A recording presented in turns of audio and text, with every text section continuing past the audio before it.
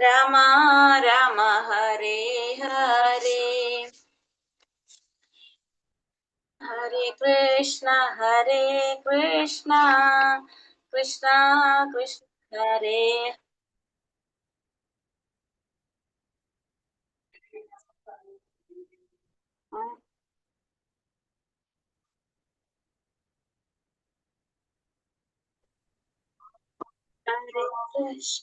ഹരേ കൃഷ്ണ ഹരേ കൃഷ്ണ മാതാജി.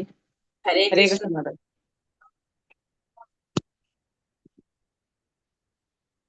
ഹരേ കൃഷ്ണ. ഹരേ കൃഷ്ണ മാതാജി. ഹരേ കൃഷ്ണ. എല്ലാവർക്കും ഹരേ കൃഷ്ണ.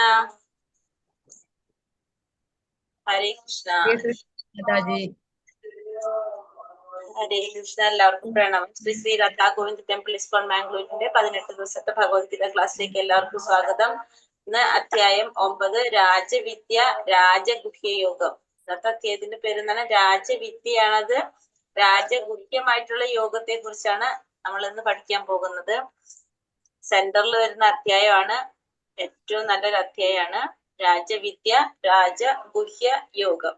അപ്പൊ ഭക്തി സേവനത്തെ എന്താണ് പറയുന്നത്? അത് രാജവിദ്യയാണെന്നാണ് ഭഗവാൻ പറയുന്നത്. ഭക്തിയുടെ സേവനം എന്ന് പറയുന്നത് രാജവിദ്യയാണ്. അതുപോലെ തന്നെ അതെന്താണ്? രാജഗുഹ്യവുമാണ്. രഹസ്യങ്ങളിൽ വെച്ച് ഏറ്റവും രഹസ്യമായിട്ടുള്ളതും വിദ്യകളിൽ വെച്ച് ഏറ്റവും വിദ്യയായിട്ടുള്ളത്, ഏറ്റവും ടോപ്പ് മോസ്റ്റിൽ വരുന്നതാണ് ഇത് ഈ ഭക്തിയുടെ സേവനം എന്നാണ് ഭഗവാൻ പറയുന്നത്. അപ്പൊ ഭക്തിയുടെ സേവനത്തെ കുറിച്ചുള്ള ഈ അറിവ് ആചാര്യന്മാരിൽ നിന്ന് വളരെ രഹസ്യമായിട്ടാണ് നമുക്ക് കിട്ടുന്നത്. ഭഗവാനുമായിട്ട് ബന്ധപ്പെടുത്തി ചെയ്യുന്ന ഈ പ്രക്രിയ അത് വളരെ രഹസ്യമായിട്ടുള്ളതും എന്താണ് പറയുന്നത്, വളരെ ഗുഹ്യമായിട്ടുള്ളതും വളരെ പ്രധാനപ്പെട്ടതുമായിട്ടുള്ളതാണെന്ന് പറയുന്നത്. അപ്പൊ രാജവിദ്യ രാജഗുഹ്യമാണ് ഈ knowledge. The most confidential knowledge ആണ് എന്ത്? നമ്മളെ ഭക്തിയുടെ സേവനം എന്നാണ് പറയുന്നത്. അപ്പൊ നമുക്ക് നോക്കാം. ഹരേ കൃഷ്ണ. ഓം നമോ ഭഗവതേ വാസുദേവായ. ശ്രീ ഭഗവാനുവാച ഇദം സൂതേ ഗുഹ്യതമം പ്രവിക്ഷ്യാമ്യാനസൂയവേ ജ്ഞാനം വിജ്ഞാന സഹിതം യജ്ഞാത്വോ മോക്ഷ്യസേ ശുഭാത്.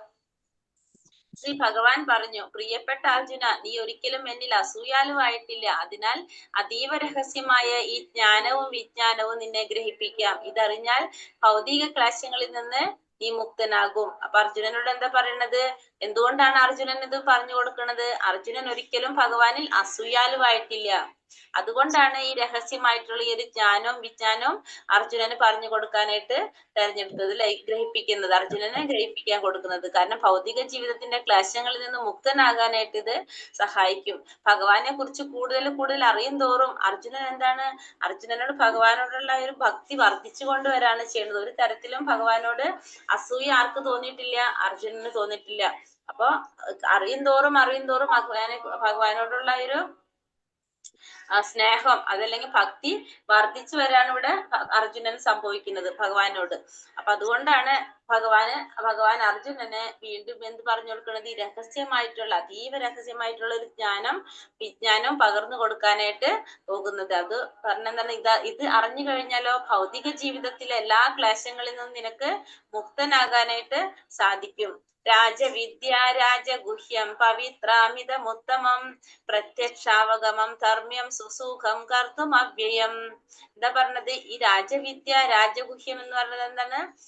ഈ ജ്ഞാനം രാജവിദ്യയാണ്. രഹസ്യങ്ങളിൽ വെച്ച് രഹസ്യവും ഏറ്റവും പവിത്രവുമായതാണ് ഇത്. ഈ ജ്ഞാനം നേരിട്ട് ആത്മസാക്ഷാത്കാരം നൽകുന്നത് കൊണ്ട് ധർമ്മത്തിന്റെ പരിപൂർണതയാണിത്. ശാശ്വതവും സന്തോഷത്തോടെ ചെയ്യാവുന്നതുമാണ്. അപ്പൊ ഇത് പ്രത്യക്ഷത്തിൽ നമുക്ക് മനസ്സിലാക്കാൻ സാധിക്കുന്നതാണിത്. ഈ ജ്ഞാനം എന്താണ്? രാജവിദ്യയാണ്. രഹസ്യങ്ങളിൽ വെച്ച് രഹസ്യമാണ്. ഏറ്റവും പവിത്രമായിട്ടുള്ളതുമാണ്. പിന്നെ അത് നേരിട്ട് ആത്മസാക്ഷാത്കാരം നേടാനുള്ളതാണ്. നമ്മൾ പറഞ്ഞു ഭക്തിയുടെ സേവനത്തിലൂടെ നമുക്ക് എന്താണ്? നേരിട്ട് ഭഗവാനെ പ്രാപിക്കാനാണ് സാധിക്കുന്നത്. മറ്റുള്ള ഭക്തി യോഗത്തിലൂടെ, മറ്റുള്ള യോഗത്തിൽ എങ്ങനെ നമ്മൾ ചെയ്യുന്നത്? മറ്റുള്ളതില് നേരിട്ടല്ല. അതിന് സ്റ്റെപ്പ് നമ്മൾ പറഞ്ഞു, സ്റ്റെയർ കേസിൽ പോണതും ലിഫ്റ്റിൽ പോണതും തമ്മിലുള്ള വ്യത്യാസമാണ്. ലിഫ്റ്റിൽ പോകുമ്പോൾ ഡയറക്റ്റ് നമുക്ക് വേഗം എത്തും, ബുദ്ധിമുട്ടുകളും കഷ്ടപ്പാടുകളും ഒന്നുമില്ല. പക്ഷെ സ്റ്റെപ്പിൽ കയറി പോകുമ്പോൾ കുറച്ച് ബുദ്ധിമുട്ടും കഷ്ടപ്പാടൊക്കെ ഉണ്ടാവും. അതേപോലെ തന്നെയാണ് ഭക്തി യോഗവും മറ്റു ജ്ഞാനയോഗവും പിന്നെ അതല്ലെങ്കിൽ എന്താണ് പറഞ്ഞത് അഷ്ടാംഗ യോഗയും അതിന്റെ ഒക്കെ വ്യത്യാസം വരുന്നത്. അപ്പൊ നമ്മൾ ഈ ഭക്തി യോഗത്തിലൂടെ നമുക്ക് എന്താണ് നേരിട്ട് ആത്മസാക്ഷാത്കാരം നൽകാൻ സാധിക്കുന്നതാണ്. ധർമ്മത്തിന്റെ പരിപൂർണതയാണത്. അത് ശാശ്വതവും സന്തോഷത്തോടെ ചെയ്യാവുന്നതുമാണ്. അപ്പൊ ഈ ഒരു ജ്ഞാനം രാജവിദ്യയാണ്. രഹസ്യങ്ങളിൽ വെച്ച് ഏറ്റവും രഹസ്യമായിട്ടുള്ളതും പവിത്രമായിട്ടുള്ളതുമാണ് എന്ത് ഈ ഒരു ജ്ഞാനമെന്ന് ഭഗവാൻ പറയാണ്.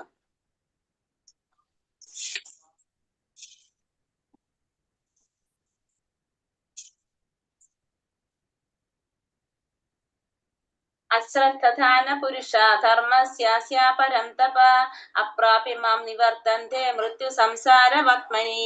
ഈ ഭക്തിയുടെ സേവനത്തിൽ വിശ്വാസമില്ലാത്തവർക്ക് എന്നെ പ്രാപിക്കാനാവില്ല ഹേ ശത്രുഞ്ജയ. അതുകൊണ്ട് അവർ ഈ ഭൗതിക ലോകത്തിൽ ജനന മരണങ്ങളുടെ വഴിയിലേക്ക് വീണ്ടും എത്തുന്നു. അപ്പൊ അവിശ്വാസികൾക്ക് എന്ത് ചെയ്യാൻ സാധിക്കില്ല? ഭഗവാനെ പ്രാപിക്കാനായിട്ട് സാധിക്കില്ല. വിശ്വാസം ഉണ്ടെങ്കിൽ മാത്രമേ, ഭക്തിയുടെ സേവനത്തില് വിശ്വാസം ഉണ്ടെങ്കിൽ മാത്രമേ ഭഗവാനെ പ്രാപിക്കാനായിട്ട് സാധിക്കുള്ളൂ. ഹേ ശത്രുഞ്ജയ, അതുകൊണ്ട് അവർ ഈ ഭൗതിക ലോകത്തിൽ ജനന മരണങ്ങളുടെ വഴിയിലേക്ക് വീണ്ടും എത്തുന്നു. അപ്പൊ വിശ്വാസമില്ലാത്തവർക്ക് എന്താ സംഭവിക്കുന്നത്? വിശ്വാസമില്ലാത്തവര് വീണ്ടും ഈ ഭൗതിക ലോകത്തില് വീണ്ടും ജന്മമെടുക്കേണ്ടതായിട്ട് വരികയാണ് ചെയ്യുന്നത്. അപ്പൊ നമ്മൾ എന്താണ് വിശ്വാസം എന്ന് പറഞ്ഞാൽ നമ്മൾ എന്താണ് വരുന്നത്? നമ്മൾ ഭഗവാനെ സേവിക്കുന്നത് കൊണ്ട് പരിപൂർണത നേടാൻ കഴിയുമെന്നുള്ള ഉറച്ചൊരു വിശ്വാസം. അത് നമുക്കില്ലെങ്കിൽ നമുക്ക് എന്ത് ചെയ്യാൻ സാധിക്കില്ല? ഭക്തിയുടെ സേവനം ചെയ്യാനായിട്ട് സാധിക്കില്ല. അങ്ങനെ ചെയ്തില്ലെങ്കിൽ എന്താണ് ഈ ഭൗതിക ലോകത്തില് ജനന മരണങ്ങളുടെ വഴിയിലേക്ക് വീണ്ടും എത്താണ് ചെയ്യുന്നത്. അപ്പൊ ഭക്തിയുടെ സേവനത്തിൽ വിശ്വാസമില്ലാത്തവർക്ക് ആ വിശ്വാസമില്ലാത്തവർക്ക് ഭഗവാനെ പ്രാപിക്കാനായിട്ട് സാധിക്കില്ല. അവര് ഈ ഭൗതിക ലോകത്തില് ജനന മരണങ്ങളുടെ വഴിയിലേക്ക് വീണ്ടും എത്തുന്നു. ഭക്തിയുടെ സേവനം ചെയ്യണമെങ്കിൽ അപ്പൊ എന്ത് വേണമെന്ന് മനസ്സിലാകാണ്? വിശ്വാസം വേണം. അവിശ്വാസികൾക്ക് ഒരിക്കലും ഭക്തിയുടെ സേവനം ചെയ്യാനായിട്ട് സാധിക്കില്ല. ഇനി അവ്യക്തമായ രൂപത്തിൽ ഞാൻ ഈ പ്രപഞ്ചമെമ്പാടും വ്യാപിച്ചു നിൽക്കുന്നു. സർവഭൂതങ്ങളും എന്നിലാണ്, ഞാൻ അവയിലല്ല സ്ഥിതി ചെയ്യുന്നത്. അപ്പൊ എന്താണ് പറഞ്ഞത്? അവ്യക്തമായ രൂപത്തില് ഞാൻ ഈ പ്രപഞ്ചം മുഴുവനും വ്യാപിച്ചു നിൽക്കുകയാണ് ചെയ്യുന്നത്. സർവഭൂതങ്ങളും ആരിലാണ് സ്ഥിതി ചെയ്യുന്നത്? എന്നിലാണ് സ്ഥിതി ചെയ്യുന്നത്. ഞാൻ അവയിലല്ല സ്ഥിതി ചെയ്യുന്നത്. ഭഗവാൻ എന്താ പറയണത്? ഭഗവാൻ ഈ അവ്യക്തമായ രൂപത്തിൽ ഈ പ്രപഞ്ചത്തിലെങ്ങും വ്യാപിച്ചു നിൽക്കുകയാണ് ചെയ്യുന്നത്. എല്ലാ സർവചരാചരങ്ങളും എല്ലാതും ആരിലാണ് സ്ഥിതി ചെയ്യുന്നത്? ഭഗവാനിലാണ് സ്ഥിതി ചെയ്യുന്നത്. ഭഗവാൻ അവയിലല്ല സ്ഥിതി ചെയ്യുന്നത്. നമ്മൾ ഇന്നലെയും പറഞ്ഞതാണ്, എല്ലാതും ഭഗവാനിൽ തന്നെയാണ് സ്ഥിതി ചെയ്യുന്നത്. ഭഗവാൻ അവയിലല്ല സ്ഥിതി ചെയ്യുന്നത്. നമുക്ക് പക്ഷെ എന്ത് ചെയ്യാൻ സാധിക്കില്ല? നമ്മുടെ കണ്ണുകൾ കൊണ്ട്, നമ്മുടെ ഈ ഭൗതികമായിട്ടുള്ള ഇന്ദ്രിയങ്ങൾ കൊണ്ട് നമുക്ക് ഭഗവാനെ ദർശിക്കാനായിട്ട് സാധിക്കില്ല. കാരണം ഭഗവാനെ ദർശിക്കണമെങ്കിൽ നമുക്ക് എന്ത് വേണം? നമ്മളുടെ ഭൗതികമായിട്ടുള്ള നമ്മൾ ഇന്ദ്രിയങ്ങൾക്ക് പരിശുദ്ധി ഉണ്ടായാൽ മാത്രമേ നമുക്ക് ഭഗവാനെ ദർശിക്കാനായിട്ട് സാധിക്കുള്ളൂ. പറഞ്ഞു അഥ ശ്രീകൃഷ്ണ നാമാതി ന പാവേത് ഗ്രാഹ്യം ഇന്ദ്രിയൈഹി സേവോന്മുഖോ ഹി ജിഹ്വാതൗ സ്വയമേവ സ്ഫുരത്യതഃ. ഭക്തിരസാമൃത സിന്ധുവില് പറഞ്ഞിട്ടുണ്ടായിരുന്നു, ഭഗവാന്റെ നാമവും ഗുണവും ലീലകളും മുതലായ നമുക്ക് ഗ്രഹിക്കണമെങ്കിൽ നമുക്ക് എന്ത് വേണം? നമ്മളുടെ ഭൗതിക ഇന്ദ്രിയങ്ങൾക്ക് സാധിക്കില്ല. അതിന് പരിശുദ്ധമായ മാർഗത്തിലൂടെ, ഭക്തിയുടെ സേവനത്തിലൂടെ നമ്മുടെ ഇന്ദ്രിയങ്ങൾക്ക് പരിശുദ്ധി ഉണ്ടെങ്കിൽ മാത്രമേ നമുക്കത് ദർശിക്കാനായിട്ട് സാധിക്കുള്ളൂ. അപ്പൊ ഭഗവാൻ ഈ രൂപത്തില്, അവ്യക്തമായിട്ടുള്ള രൂപത്തില് പ്രപഞ്ചം മുഴുവനും വ്യാപിച്ചു നിൽക്കാണ്. ഭഗവാനിലാണ് എല്ലാ ചരാചരങ്ങളും സർവഭൂതങ്ങളും നിലനിൽക്കുന്നത്. ഭഗവാൻ അവയിലല്ല സ്ഥിതി ചെയ്യുന്നത്. സൃഷ്ടിജാലങ്ങളൊന്നും എന്നിൽ സ്ഥിതി ചെയ്യുന്നുമില്ല. എന്റെ യോഗ പ്രഭാവം നോക്കൂ. സർവഭൂതങ്ങളുടെയും പരിപാലകനും വ്യാപിയുമാണെങ്കിലും ഞാൻ ഈ പ്രത്യക്ഷ പ്രപഞ്ചത്തിന്റെ ഒരു അംശമല്ല, മറിച്ച് ഞാനാണ് ഈ പ്രപഞ്ചത്തിന്റെ ഉത്ഭവസ്ഥാനം. എന്താ പറഞ്ഞത്? ഈ സൃഷ്ടിജാലങ്ങളൊന്നും എന്നിൽ സ്ഥിതി ചെയ്യുന്നില്ല. ഒന്നും ഭഗവാനിലല്ല സ്ഥിതി ചെയ്യുന്നത്. പക്ഷെ എന്റെ യോഗപ്രഭാവം നോക്കൂ. സർവഭൂതങ്ങളുടെയും പരിപാലകനും സർവവ്യാപിയുമാണെങ്കിലും ഞാൻ ഈ പ്രത്യക്ഷ പ്രപഞ്ചത്തിന്റെ ഒരു അംശമല്ല, മറിച്ച് ഞാനാണ് ഈ പ്രപഞ്ചത്തിന്റെ ഉത്ഭവസ്ഥാനം. അപ്പൊ ഭഗവാൻ ഈ പ്രത്യക്ഷ പ്രപഞ്ചത്തിന്റെ ഉത്ഭവസ്ഥാനം മാത്രമാണ്. ഭഗവാൻ എന്താണ്? ഭഗവാനിലാണ് ഇതെല്ലാം സ്ഥിതി ചെയ്യുന്നത്. ഭഗവാനാണ് ഇതിന്റെ ഒക്കെ പരിപാലകനും ഭഗവാനാണ്. എല്ലാവരും വ്യാപിച്ചിരിക്കുന്നതുമാണ്. ഈ പ്രത്യക്ഷ പ്രപഞ്ചത്തിന്റെ ഒരു അംശവുമല്ല ഭഗവാൻ. പക്ഷെ അപ്പൊ എന്താണ് പറയണത്? എന്റെ യോഗ പ്രഭാവം നോക്കുക, എല്ലാം എന്നിലാണ് സ്ഥിതി, ഞാൻ ഇതിലൊന്നും സ്ഥിതി ചെയ്യുന്നില്ല എന്ന് പറയില്ല ഭഗവാൻ. പക്ഷെ ഇങ്ങനെയൊക്കെയാണെങ്കിലും ഭഗവാൻ ഇതിലൊന്നും സ്ഥിതി ചെയ്യുന്നില്ല. സൃഷ്ടിജാലങ്ങളൊന്നും എന്നിൽ സ്ഥിതി ചെയ്യുന്നില്ല. എന്റെ യോഗ പ്രഭാവം നോക്കൂ, സർവഭൂതങ്ങളുടെയും പരിപാലകനും സർവവ്യാപിയുമാണെങ്കിലും ഞാൻ ഈ പ്രത്യക്ഷ പ്രപഞ്ചത്തിന്റെ ഒരു അംശമല്ല, മറിച്ച് ഞാനാണ് ഈ പ്രപഞ്ചത്തിന്റെ ഉത്ഭവസ്ഥാനം. ഭഗവാനാണ് ഈ പ്രപഞ്ചം സൃഷ്ടിച്ചതെന്ന് ഭഗവാൻ പറയാണ്. സ്ഥിതി ചെയ്തത് കൊണ്ട് തന്നെ ശക്തിയുള്ള ഒരു കാറ്റ് എല്ലായിടത്തും സഞ്ചരിക്കുന്നു, അതുപോലെ സർവ്വ സൃഷ്ടികളും എക്കാലത്തും എന്നിൽ വിശ്രമിക്കുന്നു. അപ്പോ ഈ കാറ്റ് എങ്ങനെയാണ് പറഞ്ഞത്? സ്ഥിതി ചെയ്തത് കൊണ്ട് തന്നെ ശക്തിയുള്ള കാറ്റ് എല്ലായിടത്തും കാറ്റ് സഞ്ചരിക്കുന്നു, അതുപോലെ സർവ്വ സൃഷ്ടികളും എന്നിൽ തന്നെ എക്കാലത്തും എന്നിലാണ് വിശ്രമിക്കുന്നത്. ഭഗവാനിലാണ് എല്ലാ സൃഷ്ടികളും എല്ലാതും വിശ്രമിക്കുന്നത്. എങ്ങനെയാണ്? ഭഗവാനിൽ തന്നെയാണ്. അതിനൊരു ഉദാഹരണം നമുക്ക് മനസ്സിലാകാവുന്ന രീതിയിൽ പറയുന്നത് എന്താണ്? ആകാശത്തിലുള്ള വായു, ആകാശത്തിലെ വായു എങ്ങനെയാണ്? ആ കാറ്റ് മീൻസ് കാറ്റ് പ്രപഞ്ചത്തിലെ മഹത്തായ ആവിർഭാവം. അത് വായുവിന്റെ ചലനം സർവ്വ പദാർത്ഥങ്ങളുടെയും ചലനത്തിൽ സ്വാധീനം ചെലുത്തുന്നു, അല്ലെ? വായുവിന്റെ ചലനം എങ്ങനെയാണ്? അത് എല്ലാത്തിനും നമുക്ക് മനസ്സിലാക്കാൻ സാധിക്കും. എല്ലാതും ചലിക്കുമ്പോ അത്രയും എന്താണ്, ഒരു മഹത്വമുള്ളതാണ് വായു. പക്ഷെ എങ്കിലും അത് എവിടെയാണ് സ്ഥിതി ചെയ്യുന്നത്? അത് ആകാശത്തിൽ തന്നെയാണ് സ്ഥിതി ചെയ്യുന്നത്, അതിനപ്പുറത്തേക്ക് അത് കടക്കുന്നില്ല. അതുപോലെ തന്നെയാണ് ഈ പ്രത്യക്ഷ പ്രപഞ്ചം പരമമായ ഭഗവാന്റെ ഇച്ഛയാൽ നിലക്കുന്നു. എല്ലാം അതിനെ ആശ്രയിച്ചിരിക്കുന്നു. ഭഗവാന്റെ ഹിതമനുസരിച്ചല്ലാതെ ഒന്നിനും ചലിക്കാനായിട്ട് സാധിക്കുന്നില്ല. പ്രപഞ്ച പ്രവർത്തനം എന്റെ അധീനതയിലാണ്. എന്റെ ഇച്ഛയ്ക്കനുസരിച്ച് അത് വീണ്ടും വീണ്ടും ആവിർഭവിക്കുകയും ഒടുവിൽ അത് തിരോഭവിക്കുകയും ചെയ്യുന്നു. അപ്പൊ പ്രപഞ്ചത്തിന്റെ പ്രവർത്തനങ്ങൾ എങ്ങനെയാണ്? ഭഗവാന്റെ ഇച്ഛയ്ക്കനുസരിച്ച് തന്നെയാണ് നടക്കുന്നത്. അത് വീണ്ടും വീണ്ടും ആവിർഭവിക്കുകയും ഒടുവിൽ തിരോഭവിക്കുകയും ചെയ്യുന്നു. ഭഗവാന്റെ ഇച്ഛയ്ക്കനുസരിച്ചാണ് പ്രപഞ്ചത്തിന്റെ പ്രവർത്തനങ്ങളൊക്കെ നടക്കുന്നത്. അതെന്താ ചെയ്യാ? ആവിർഭവിക്കുകയും ചെയ്യും, തിരോഭവിക്കുകയും ചെയ്യും. പ്രളയം വരുമ്പോ നമ്മൾ പറഞ്ഞല്ലേ, സൃഷ്ടി വരുമ്പോ എന്താ സംഭവിക്കുന്നത്? മഹാവിഷ്ണു, നമ്മളെ ഗർഭോദകശായ വിഷ്ണു എന്താണ് അതില് ഉൾപോകുന്നു. കാരണോദകശായ വിഷ്ണുവിന്റെ ശ്വാസത്തിൽ നിന്നല്ലേ, രോമകൂപത്തിൽ നിന്നാണ് എന്ത് വരുന്നത്? പ്രപഞ്ചം ഉണ്ടാക്കുന്നത്. അതിൽ ഓരോന്നിലും ഗർഭോദകശായ വിഷ്ണു അതിൽ വരും. അങ്ങനെയാണ് പ്രപഞ്ചം സൃഷ്ടിക്കുന്നത്. പിന്നെ ക്ഷീരോദകശായ വിഷ്ണു അതിൽ സ്വയം ആവിർഭവിച്ച് അതാണ് നമ്മളെ സൃഷ്ടി നടക്കുന്നത്. അത് ഭഗവാന്റെ ഇച്ഛയ്ക്കനുസരിച്ചാണ് ഇതൊക്കെ നടക്കുന്നത്. അത് കഴിഞ്ഞിട്ട് ഒടുവിൽ എന്ത് ചെയ്യും? അത് തിരോഭവിക്കുകയും ചെയ്യുന്നു. ധനഞ്ജയ, ഈ കർമ്മങ്ങൾക്കൊന്നും തന്നെ എന്നെ ബന്ധിക്കുവാൻ കഴിയുന്നില്ല. ഈ കർമ്മങ്ങൾക്കൊന്നും ഭഗവാനെ ബന്ധിക്കാനായിട്ട് കഴിയില്ല. ഈ ഭൗതിക പ്രവർത്തനങ്ങളോട് ബന്ധപ്പെടാത്ത ഉദാസീനനെ പോലെ സ്ഥിതി ചെയ്യുകയാണ് ഞാൻ. അപ്പോൾ എന്താ പറയണത്? ഈ പ്രവർത്തനങ്ങൾക്കൊന്നും ഭഗവാനെ ബന്ധിക്കാനായിട്ട് കഴിയില്ല. എല്ലാ പ്രവർത്തനങ്ങളോടും, ഈ ഭൗതിക പ്രവർത്തനങ്ങളോടൊന്നും ബന്ധപ്പെടാതെ ഭഗവാൻ എങ്ങനെയാണ് നിൽക്കുന്നത്? ഒരു ഉദാസീനനെ പോലെയാണ് ഭഗവാൻ നിൽക്കുന്നതെന്ന് പറയാം. അപ്പൊ ഒരു ഭഗവാന്റെ ഉദാഹരണം നമുക്ക് എങ്ങനെയാ പറയാം? ഒരു ജഡ്ജി എങ്ങനെയാണ്? ഹൈക്കോടതി ജഡ്ജില് നമ്മള് കുറ്റം ചെയ്യുന്നവരെ ശിക്ഷിക്കുന്നതാണ്, അല്ലെ? ജഡ്ജി ശിക്ഷിക്കും. അപ്പൊ അദ്ദേഹത്തിന്റെ കൽപ്പന പ്രകാരം എന്ത് ചെയ്യാണ്? അദ്ദേഹം തൂക്കിക്കൊല്ലാനായിട്ട്, ഒരാളെ തൂക്കിക്കൊല്ലാൻ വിധിക്കുന്നത് അല്ലെങ്കിൽ ഒരാളെ തടവിലാക്കുന്നതൊക്കെ ചെയ്യുന്നത് എന്താണ്? ഇതിലൊന്നും ജഡ്ജിക്ക് ഉദാസീനനാണ് ജഡ്ജി. കാരണം ജഡ്ജിക്ക് അതിൽ യാതൊരു ലാഭമോ നഷ്ടമോ ഒരു പ്രവർത്തനവും ഇല്ല. കാരണം അദ്ദേഹത്തിന്റെ ഡ്യൂട്ടി അല്ലെങ്കിൽ ആ ഉത്തരവാദിത്തം മാത്രമാണ് ആര് ചെയ്യുന്നത്? ആ ജഡ്ജി അവിടെ ചെയ്യുന്നത്. കാരണം അല്ലാതെ അതിൽ യാതൊരു വിധത്തിലുള്ള ലാഭോ നഷ്ടോ ആഗ്രഹങ്ങളോ അല്ലെങ്കിൽ ദേഷ്യമോ അതൊന്നും അല്ല ചെയ്യുന്നത്.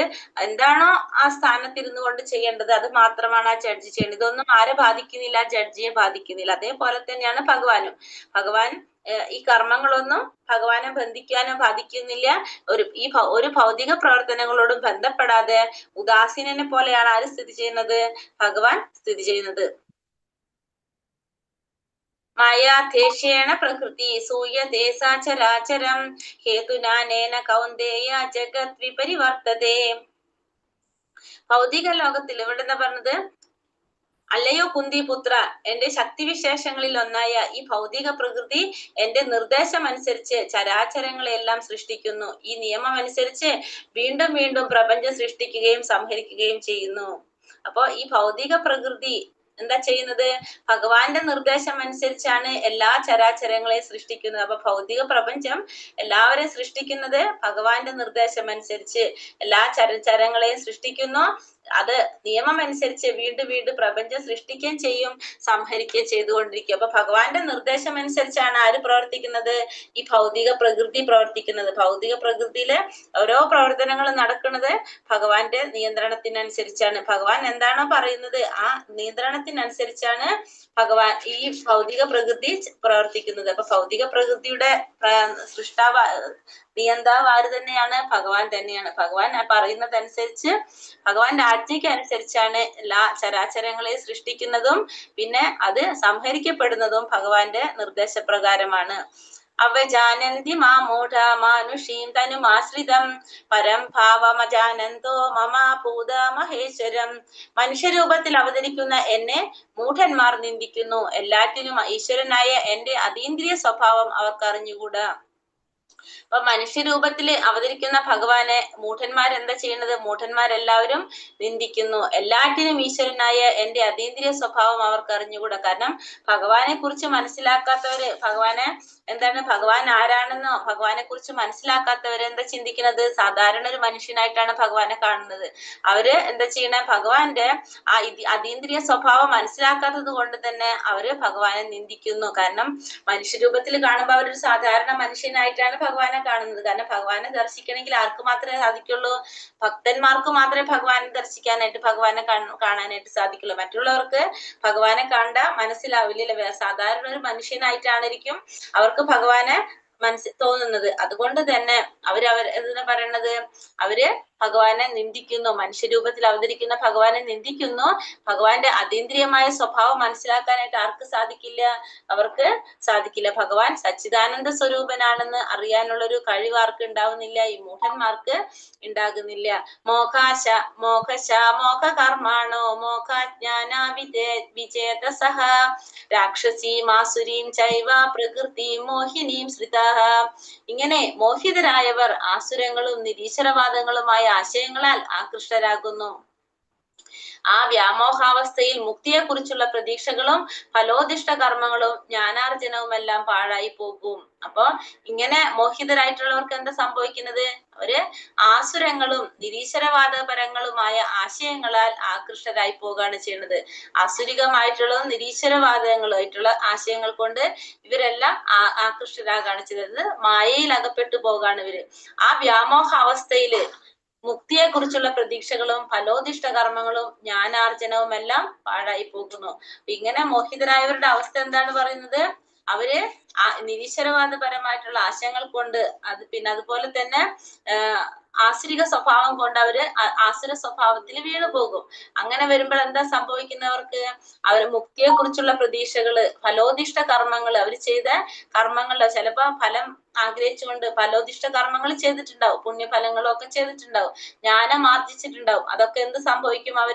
അവർക്കതൊക്കെ നഷ്ടപ്പെട്ടു പോകും. അതൊക്കെ അവരുടെ പാഴായി പോകുന്ന പറഞ്ഞു. അപ്പൊ കൃഷ്ണാവബോധം നേടാനായിട്ട് സാധിച്ചില്ല. പിന്നെ അതിനെ പറ്റി മനസ്സിലാക്കാൻ സാധിച്ചില്ലെങ്കിൽ പലർക്കും ഭഗവാനാണ് പരമസത്യം എന്ന് മനസ്സിലാക്കാൻ കഴിയാത്തവർക്ക് എന്താ സംഭവിക്കുന്നത്? അവര് അവർക്ക് അറിയാതെ പോവുകയാണ് ചെയ്യുന്നത്. ഇതിനെ കുറിച്ച്, ഭഗവാനെ കുറിച്ച് അറിയാതെ പോകുന്നു. ഒപ്പം തന്നെ അവർ നേടിയിട്ടുള്ള കർമ്മങ്ങളുടെ ഫലോദിഷ്ട കർമ്മങ്ങളും ജ്ഞാനം നേടിയിട്ടുണ്ടാവും. ആ ജ്ഞാനത്തിനൊക്കെ അവർക്ക് എന്ത് സംഭവിക്കാണ്? നഷ്ടം സംഭവിക്കുകയാണ് ചെയ്യുന്നത്. അതൊക്കെ അവിടെ പാഴായി പോകാണ് ചെയ്യുന്നത്. മഹാത്മനസ്തു മാം പാർത്ഥ ദൈവീം പ്രകൃതിമാശ്രിതാഃ ഭജന്ത്യാനന്യ മനസോ ജ്ഞാതോ ഭൂതാദിമവ്യയം. അല്ലയോ പാർത്ഥ, വ്യാമോഹം ബാധിക്കാത്ത വിശിഷ്ടാത്മാക്കൾ ദൈവിക പ്രകൃതിയാൽ സുരക്ഷിതരാണ്. അപ്പൊ ഇവിടെ എന്താ പറഞ്ഞത്? വ്യാമോഹം ബാധിക്കാത്ത വിശിഷ്ട ആത്മാക്കള് ദൈവിക പ്രകൃതിയാൽ സുരക്ഷിതരാണ്. സർവഭൂതങ്ങൾക്കും ആദി കാരണവും അവ്യയനുമായ പരമപുരുഷനാണ് ഞാനെന്നറിഞ്ഞുകൊണ്ട് അവർ എപ്പോഴും ഭക്തിപൂർവം എന്റെ സേവനത്തിൽ ഏർപ്പെടുന്നു. അപ്പൊ ഇവിടെ എന്താ പറഞ്ഞത്? മഹാത്മാക്കളായിട്ടുള്ള വിശിഷ്ട ആത്മാക്കളെ കുറിച്ചാണ് പറയുന്നത്. വ്യാമോഹം ബാധിക്കാത്ത വിശിഷ്ടാത്മാക്കളെ കുറിച്ചാണ് പറയുന്നത്. അപ്പൊ ഈ വ്യാമോഹം ബാധിക്കാത്ത വിശിഷ്ടാത്മാക്കൾ എന്ന് പറഞ്ഞാൽ എന്താണ്? അവര് ഭഗവാനെ കുറിച്ചുള്ള സത്യം മനസ്സിലാക്കിയവരാണ്. അവര് എപ്പോഴും ഭഗവാനെ സേവിച്ചിരിക്കുന്നവരാണ്, സദാസമയവും ഭഗവാനെ ധ്യാനിച്ചിരിക്കുന്നവരാണ്. അങ്ങനെയുള്ളവരാണ് ആര്? വ്യാമോഹം ബാധിക്കാത്ത ഈ വിശിഷ്ടാത്മാക്കള്. അവരെങ്ങനെയായിരിക്കും? അവര് ഭഗവാന്റെ ഉയർന്ന തലത്തിലുള്ള പരിശുദ്ധ ഭക്തന്മാരാണ് അല്ലെ. അവർ ദൈവിക പ്രകൃതിയാൽ സുരക്ഷിതരാണെന്നാ പറയുന്നത്. ഭഗവാന്റെ അന്തരംഗ ശക്തിയായിട്ടുള്ള രാധാറാണി, അതായത് യോഗമായ അവരെ സുരക്ഷിതരാക്കുന്നു. അപ്പോ ഭഗവാനെ കുറിച്ച് ശരിയായ മനസ്സിലാക്കിയിട്ടുള്ളവർ, ഭഗവാനെ എപ്പോഴും ധ്യാനിച്ചു കൊണ്ടിരിക്കുന്നവര് ഏത് സമയത്തും എങ്ങനെയാണ് അവർക്ക് പ്രൊട്ടക്ഷൻ കൊടുക്കുന്നത്? ആരാണ്? രാധാറാണിയാണ് അവർക്ക് പ്രൊട്ടക്ഷൻ കൊടുക്കുന്നത്. ഭഗവാന്റെ അന്തരംഗ ശക്തിയായിട്ടുള്ള യോഗമായ അവരെ സംരക്ഷിക്കുന്നു. പിന്നെ സർവഭൂതങ്ങൾക്കും ആദി കാരണവും അവ്യനുമായ പുരുഷനാണ് ഞാനെന്ന് അറിഞ്ഞുകൊണ്ട് അവർ എപ്പോഴും ഭക്തിപൂർവ്വം എന്റെ സേവനത്തിൽ ഏർപ്പെടുന്നു. അവർ ഏതൊരു സമയത്തും ഭഗവാനെ സേവിച്ചു കൊണ്ടിരിക്കുകയാണ്. അവർക്ക് വേണ്ട സംരക്ഷണം ആര് നൽകുകയാണ്? ഭഗവാന്റെ അന്തരംഗ ശക്തിയായിട്ടുള്ള യോഗമായ ചെയ്തുകൊണ്ടിരിക്കുകയാണ് ചെയ്യുന്നത്. അപ്പൊ എപ്പോഴും ശുദ്ധ ഭക്തന്മാർക്കുള്ള സംരക്ഷണം ആര് നൽകുന്നു? ഭഗവാന്റെ അന്തരംഗ ശക്തി രാധാറാണി ചെയ്തുകൊണ്ടിരിക്കുക. കാരണം ഭഗവാനെ ആരാധിക്കുന്നവരെ എപ്പോഴും ആര് സംരക്ഷിച്ചുകൊണ്ടിരിക്കുകയാണ്? രാധാറാണി ഭഗവാന്റെ അന്തരംഗ ശക്തി സംരക്ഷിച്ചുകൊണ്ടിരിക്കും. നമ്മളെ പോലുള്ളവരെ, നമ്മളെന്താണ്? ശരീരബോധത്തിലുള്ളവരാണ് നമ്മളെല്ലാവരും. നമ്മളെ സംരക്ഷിക്കുന്നത് ആരാണ്? ഭഗവാന്റെ ബഹിരംഗ ശക്തിയായിട്ടുള്ള ബഹിരംഗ ശക്തിയിലേക്കാണ് നമ്മൾ പോകുന്നത്. നമ്മളെ ബഹിരംഗ ശക്തി, അതായത് ദുർഗാദേവിയാണ് നമ്മളെ സംരക്ഷിക്കുന്നത്. കാരണം നമ്മളെപ്പോഴും ഏത് ബോധത്തിലാണ്? ശാരീരിക ബോധത്തിലാണ്. ഭൗതിക പ്രകൃതിയുടെ കീഴില് ശാരീരിക ബോധത്തിലുള്ളത് കൊണ്ട് തന്നെ നമ്മളെ സംരക്ഷിക്കുന്നത് ആരാണ്? ഭഗവാന്റെ ബഹിരംഗ ശക്തിയായിട്ടുള്ള ദുർഗാദേവി. പക്ഷെ പരിശുദ്ധ ഭക്തന്മാര്, ഭഗവാനെ കുറിച്ച് മനസ്സിലാക്കിയിട്ടുള്ളവര് ഏതൊരു സമയത്തും ഭഗവാനെ ഭക്തിപൂർവ്വം ഭഗവാന്റെ സേവനത്തിൽ ഏർപ്പെട്ടുകൊണ്ടിരിക്കുന്നവരെ ആരാണ് സംരക്ഷിക്കുന്നത്? ഭഗവാന്റെ അന്തരംഗ ശക്തിയായിട്ടുള്ള യോഗമായ, അതായത് രാധാറാണിയുടെ സംരക്ഷണത്തിലായിരിക്കും ഉണ്ടാകുന്നത്. സതതം കീർത്തയന്തോ മാം യദന്തശ്ചാദൃഢാവൃതഃ നമസന്ധ്യശ്ച മാം ഭക്ത്യാ നിത്യയുക്ത ഉപാസതേ. ഇനി എങ്ങനെയാണ് ഭഗവാനെ നമ്മൾ ആരാധിക്കേണ്ടത്? എല്ലായ്പ്പോഴും എന്റെ കീർത്തികൾ ആലോപിച്ചും നിശ്ചയദാർഢ്യത്തോടെ പ്രയത്നിച്ചുകൊണ്ടും എന്റെ മുമ്പിൽ പ്രണമിച്ചുകൊണ്ടും ഈ മഹാത്മാക്കൾ നിരന്തരം എന്നെ ഭക്തിയോടെ ആരാധിക്കുന്നു. അപ്പൊ എങ്ങനെയാണ് ഭഗവാനെ ആരാധിക്കേണ്ടത്? ഒരു മഹാത്മാക്കൾ എങ്ങനെയാണ് ഭഗവാനെ ആരാധിക്കുന്നത് നമുക്ക് പറഞ്ഞുതരാണ്. എങ്ങനെയാണ് ആരാധിക്കുന്നത്? എല്ലായ്പ്പോഴും എന്റെ കീർത്തികൾ ആലപിക്കുക. എപ്പോഴും ഭഗവാന്റെ കീർത്തികൾ ആലപിച്ചുകൊണ്ടിരിക്കുക, കീർത്തികളെ കുറിച്ച് പറഞ്ഞുകൊണ്ടിരിക്കുക. പിന്നെ നിശ്ചയദാർഢ്യത്തോടെ പ്രയത്നിച്ച് കൊണ്ട് എന്റെ മുമ്പിൽ പ്രണമിച്ചുകൊണ്ട്, ഭഗവാന്റെ മുന്നില് പ്രണമിക്കുക. നിശ്ചയദാർഢ്യത്തോടെ പ്രയത്നിച്ചുകൊണ്ട് എല്ലായ്പ്പോഴും ഭഗവാന്റെ കീർത്തികൾ ആലപിച്ചുകൊണ്ടും നിരന്തരം മഹാത്മാക്കൾ എന്ത് ചെയ്യാണ്? ഭഗവാനെ ഭക്തിയോടെ ആരാധിച്ചുകൊണ്ടിരിക്കുകയാണ് ചെയ്യുന്നത്. അപ്പൊ ഭക്തിയുടെ സേവനത്തില് നമ്മൾ എന്താ ചെയ്യണത്? ഭഗവാനെ ആരാധിച്ചുകൊണ്ടിരിക്കുക. അത് എങ്ങനെയാണ് ചെയ്യണത്? കീർത്തികൾ ആലപിച്ചുകൊണ്ട് നിശ്ചയദാർഢ്യത്തോടെ പ്രവർത്തിച്ചുകൊണ്ട് ഭഗവാന്റെ മുന്നിൽ പ്രണമിച്ചുകൊണ്ട് നമ്മൾ നിരന്തരം ഭക്തിയോടെ ഭഗവാനെ ആരാധിച്ചുകൊണ്ടിരിക്കുകയാണ് ചെയ്യുന്നത്. അപ്പൊ സതതം കീർത്തയന്തോമാം എന്ന് പറയുന്നത് എപ്പോഴും കീർത്തിച്ചുകൊണ്ടിരിക്കുക. ഭഗവാനെ കീർത്തിച്ചുകൊണ്ടിരിക്കുമ്പോ ഭഗവാൻ നോക്കൂല ആരാണ് ഭഗവാൻ ഇത്രയും കീർത്തിച്ചുകൊണ്ടിരിക്കുന്നതെന്ന് ഭഗവാൻ. അപ്പൊ അതുകൊണ്ട് നമ്മൾ എന്ത് ചെയ്യുക? ഭഗവാനെ എപ്പോഴും കീർത്തിച്ചുകൊണ്ടിരിക്കുക. കീർത്തനങ്ങൾ കൊണ്ട് ഭഗവാനെ എപ്പോഴും സന്തോഷിപ്പിച്ചുകൊണ്ടിരിക്കുക. ഭഗവാനെ കീർത്തിച്ചുകൊണ്ടിരിക്കുക, നിശ്ചയദാർഢ്യത്തോടെ പ്രവർത്തിച്ചുകൊണ്ടിരിക്കുക. പിന്നെ ഭഗവാന്റെ മുന്നിൽ പ്രണമിച്ചുകൊണ്ടും മഹാത്മാക്കൾ നിരന്തരം എന്ത് ചെയ്യാണ്? ഭക്തിയോടെ ഭഗവാനെ ആരാധിച്ചുകൊണ്ടിരിക്കണം. അപ്പൊ എങ്ങനെയാണ് നമ്മൾ ഭഗവാനെ ആരാധിക്കേണ്ടത്? കീർത്തികൾ ആലപിച്ചുകൊണ്ട്, കീർത്തനങ്ങൾ ആലപിച്ചുകൊണ്ട്, എപ്പോഴും കീർത്തികൾ ആലപിച്ചും നിശ്ചയദാർഢ്യത്തോടെ പ്രയത്നിച്ചുകൊണ്ടും ഭഗവാന്റെ മുന്നിൽ പ്രണമിച്ചുകൊണ്ടുമാണ് ഭഗവാനെ ഭക്തിയോടെ ആരാധിക്കേണ്ടത്. പിന്നെ അത് കൂടാതെ നമുക്ക് എന്തൊക്കെ ചെയ്യാം? നമുക്ക് ഇതേപോലെ തന്നെ വ്രതാനുഷ്ഠാനങ്ങൾ ചെയ്യാൻ സാധിക്കും. പിന്നെ വ്രതാനുഷ്ഠാനങ്ങൾ ചെയ്യാം. പിന്നെന്താണ്? നമ്മള് ഏകാദശി, ഭഗവാന്റെ അവതാര ദിനം തുടങ്ങിയ വിശേഷ ദിവസങ്ങള് നമ്മൾ ഭഗവാനെ നമുക്ക് വ്രതാനുഷ്ഠാനങ്ങൾ എടുക്കാം. പിന്നെ ആധ്യാത്മിക ഗുരുവിന്റെ സഹായത്തോടെ നമുക്ക് എന്ത് ചെയ്യാൻ സാധിക്കും? നമ്മൾ ഈ പറഞ്ഞ പോലെ തന്നെ ഏതൊരു രീതിയിലാണെങ്കിലും ഭഗവാന്റെ സേവനം എങ്ങനെയാണ് ചെയ്യേണ്ടതെന്ന് മനസ്സിലാക്കി ഒരു ഗുരുവിലൂടെ നമുക്കത് മനസ്സിലാക്കിയിട്ട് നമുക്ക് അതനുസരിച്ച് സേവനങ്ങൾ ചെയ്യാനായിട്ടും നമുക്ക് സാധിക്കും. അങ്ങനെ ഭഗവാൻ എപ്പോഴും നമ്മൾ ആരാധിച്ചു കൊണ്ടിരിക്കേണ്ടതാണ്. പിതാഹമസ്യ ജഗതോ മാതാ ധാതാ പിതാമഹഃ വേദ്യം പവിത്രമോങ്കാരം സാമായജുരേവച്ച. ലോകത്തിന്റെ അച്ഛനും അമ്മയും രക്ഷകനും പിതാമഹനും ഞാൻ തന്നെ. അറിയേണ്ടതും പവിത്രമാകുന്നതും പ്രണവവും ഋക് സാമ യജുർവേദങ്ങളും ഞാൻ തന്നെയാണ്. ഇനി ഭഗവാൻ എന്താ പറയുന്നത്? ലോകത്തിന്റെ അച്ഛനും അമ്മയും രക്ഷകനും പിതാമഹനും എല്ലാം ആര് തന്നെയാണ്? ഞാൻ തന്നെയാണെന്നാണ് ഭഗവാൻ പറയുന്നത്. അറിയേണ്ടതും ആരെക്കുറിച്ചാണ് അറിയേണ്ടത്? ഭഗവാനെ കുറിച്ച് തന്നെയാണ്. പവിത്രമാകുന്നതും പ്രണവവും ഋക്ക് സാമ യജുർവേദങ്ങളും എല്ലാം ആര് തന്നെയാണ്? ഭഗവാൻ തന്നെയാണെന്നാണ് ഭഗവാൻ പറയുന്നത്. അപ്പൊ ഇവിടെ ഈ ഭൗതിക ലോകത്തിന് ഈ ലോകത്തിന്റെ അച്ഛനും അമ്മയും ആര് തന്നെയാണ്? രക്ഷകനും പിതാമഹനും എല്ലാം ഞാൻ തന്നെയാണെന്നാ പറയുന്നത്. എല്ലാം ഞാൻ തന്നെയാണ്. കാരണം ഈ ജീവാത്മാക്കളെല്ലാം നമ്മൾ പറഞ്ഞു ആരുടെ അംശമാണ്? ഭഗവാന്റെ അംശമാണ്. പിന്നെ എല്ലാ വേദങ്ങളുടെയും ലക്ഷ്യം എന്താണ്? 4 വേദങ്ങൾ. ഏതൊക്കെയാണ് 4 വേദങ്ങള്? ഋഗ്വേദം, സാമവേദം, യജുർവേദം, അഥർവവേദം അല്ലെ? ഈ എല്ലാ വേദത്തിന്റെ ലക്ഷ്യം എന്താണ്? ഭഗവാനെ കുറിച്ച് അറിയാന്ന് മാത്രമാണ്. ഭഗവാനാണ് എല്ലാത്തിന്റെയും അൾട്ടിമേറ്റ്. അപ്പൊ ഭഗവാനെ കുറിച്ച് അറിയാൻ വേണ്ടിയിട്ടാണ് നമ്മൾ വേദങ്ങൾ മനസ്സിലാക്കാൻ ശ്രമിക്കുന്നത്. പിന്നെ അത് മാത്രമല്ല, അറിയേണ്ടതെല്ലാതും ആരെ കുറിച്ചാണ് അറിയേണ്ടത്? ഭഗവാനെ കുറിച്ച് തന്നെയാണ് അറിയേണ്ടത്. ഭഗവാനെ കുറിച്ച് മനസ്സിലാക്കാനാണ് നമ്മൾ വേദങ്ങൾ പഠിക്കുന്നതും. പിന്നെ എല്ലാതും നമ്മൾ ഈ ശാസ്ത്രങ്ങളിൽ എല്ലാത്തിലും ആരെ കുറിച്ചാണ് പറയുന്നത്? ഭഗവാനെ കുറിച്ചാണ് പറയുന്നത്. ഭഗവാനെ മനസ്സിലാക്കുക, ഭഗവാനെ കുറിച്ച് അറിയാൻ വേണ്ടിയിട്ടാണ് നമ്മൾ ഇതൊക്കെ നോക്കുന്നതിന്. അപ്പൊ ലോകത്തിന്റെ അച്ഛനും അമ്മയും രക്ഷകനും പിതാമഹനും എല്ലാം ആര് തന്നെയാണ്? ഭഗവാൻ തന്നെയാണ്. അറിയേണ്ടതും നമുക്ക് ഭഗവാനെ കുറിച്ച്. പവിത്രമാകുന്നതും പ്രണവം, പിന്നെ അതുപോലെ തന്നെ ഋക് സമ യജുർവേദങ്ങളെല്ലാം ആരിൽ തന്നെയാണ്? ഞാൻ തന്നെയാണെന്നാണ് പറയുന്നത്. എല്ലാതും ഭഗവാൻ തന്നെയാണ്. എല്ലാ വേദങ്ങളിലും മുന്നിട്ട് നിൽക്കുന്നതാണ് പ്രണവമാണ്. ആ പ്രണവം ഭഗവാൻ തന്നെയാണെന്ന് ഭഗവാൻ ഇന്നലെ നമുക്ക് പറഞ്ഞു തന്നു. അപ്പൊ അതെല്ലാം ഭഗവാൻ തന്നെയാണെന്ന് നമുക്ക് മനസ്സിലാക്കാം. അറിയേണ്ടത് ഭഗവാനെ കുറിച്ച് തന്നെ. ഇനി അടുത്തതിൽ എന്താ പറയണത്? ലക്ഷ്യവും ഭരണകർത്താവും പ്രഭുവും സാക്ഷിയും വാസസ്ഥാനവും ആശയവും ഉറ്റമിത്രവും ഞാനാകുന്നു. അപ്പൊ എല്ലാവരുടെ ലക്ഷ്യവും ഭരണകർത്താവും പ്രഭുവും സാക്ഷിയും വാസസ്ഥാനവും ആശയവും ഉറ്റമിത്രവും ഞാനാകുന്നു. സൃഷ്ടിയും സംഹാരവും എല്ലാറ്റിന്റെയും അടിസ്ഥാനവും ശാശ്വതമായ ബീജവും ഞാൻ തന്നെ. അപ്പോ എല്ലാതും ഭഗവാൻ തന്നെയാണെന്നാണ് ഭഗവാൻ ഇവിടെ പറയുന്നത്. എന്തൊരു കാര്യത്തിന്റെ ലക്ഷ്യം, നമ്മളൊരു ഇതിന്റെ ഗതി നിർണ്ണയിക്കുന്നത് ലക്ഷ്യം, പിന്നെ പ്രഭുവായിട്ടുള്ളതും സാക്ഷിയായിട്ടുള്ളതും വാസസ്ഥാനം, എല്ലാവരുടെയും വാസസ്ഥാനവും ആശ്രയവും ഉറ്റമിത്രവും ആര് തന്നെയാണ്? ഭഗവാൻ തന്നെയാണ്. അപ്പൊ എല്ലാതും ഭഗവാനിക്കും കണക്ട് ചെയ്തിട്ടാണ് ഒക്കെ വരുന്നത്. എല്ലാതും ഭഗവാൻ തന്നെയാണ്. പിന്നെന്താണ്? സൃഷ്ടിയും സംഹാരവും എല്ലാത്തിന്റെ അടിസ്ഥാനവും ശാശ്വതമായ ബീജവും പ്രദാനം ചെയ്തത് ആര് തന്നെ? നമ്മൾ പറഞ്ഞല്ലോ അല്ലെ? ബീജം പ്രദാനം ചെയ്യുന്നതും ഭഗവാൻ തന്നെയാണ്. എല്ലാ ജീവജാലങ്ങൾക്കും ബീജം പ്രദാനം ചെയ്ത് ചരാചരങ്ങൾക്കും ബീജം പ്രദാനം ചെയ്തതും ഭഗവാൻ തന്നെയാണെന്ന് പറഞ്ഞു. അപ്പൊ ഭഗവാനോട് ഒന്നും കൂടി അത് കറക്റ്റ് നമുക്ക് ഒന്നും കൂടി ഉറപ്പിച്ചു പറഞ്ഞുതരാണ്. എല്ലാതും സൃഷ്ടിയും സംഹാരവും അടിസ്ഥാന ബീജം നൽകിയത് എല്ലാതും ഞാൻ തന്നെയാണെന്ന് ഭഗവാൻ പറയാണ്. പിന്നെ അല്ലയോ അർജുന, അടുത്തിൽ എന്താ പറയണത്? അല്ലയോ അർജുന, ഞാൻ ഊർജം പ്രദാനം ചെയ്യുന്നു, മഴ പെയ്യിക്കുന്നതും നിർത്തുന്നതും ഞാൻ തന്നെ. ഞാനാണ് അമൃതവും മൃത്യുവും ആത്മാവും ജഡവസ്തുവും എന്നിലാണ്. അപ്പൊ ഇവിടെ ഭഗവാനെ കുറിച്ച് പറഞ്ഞുകൊണ്ടിരിക്കുകയാണ് ഭഗവാൻ. അപ്പൊ ഭഗവാനാണ് എല്ലാവർക്കും ഊർജം പ്രദാനം ചെയ്യുന്നതും ആര് തന്നെയാണ്?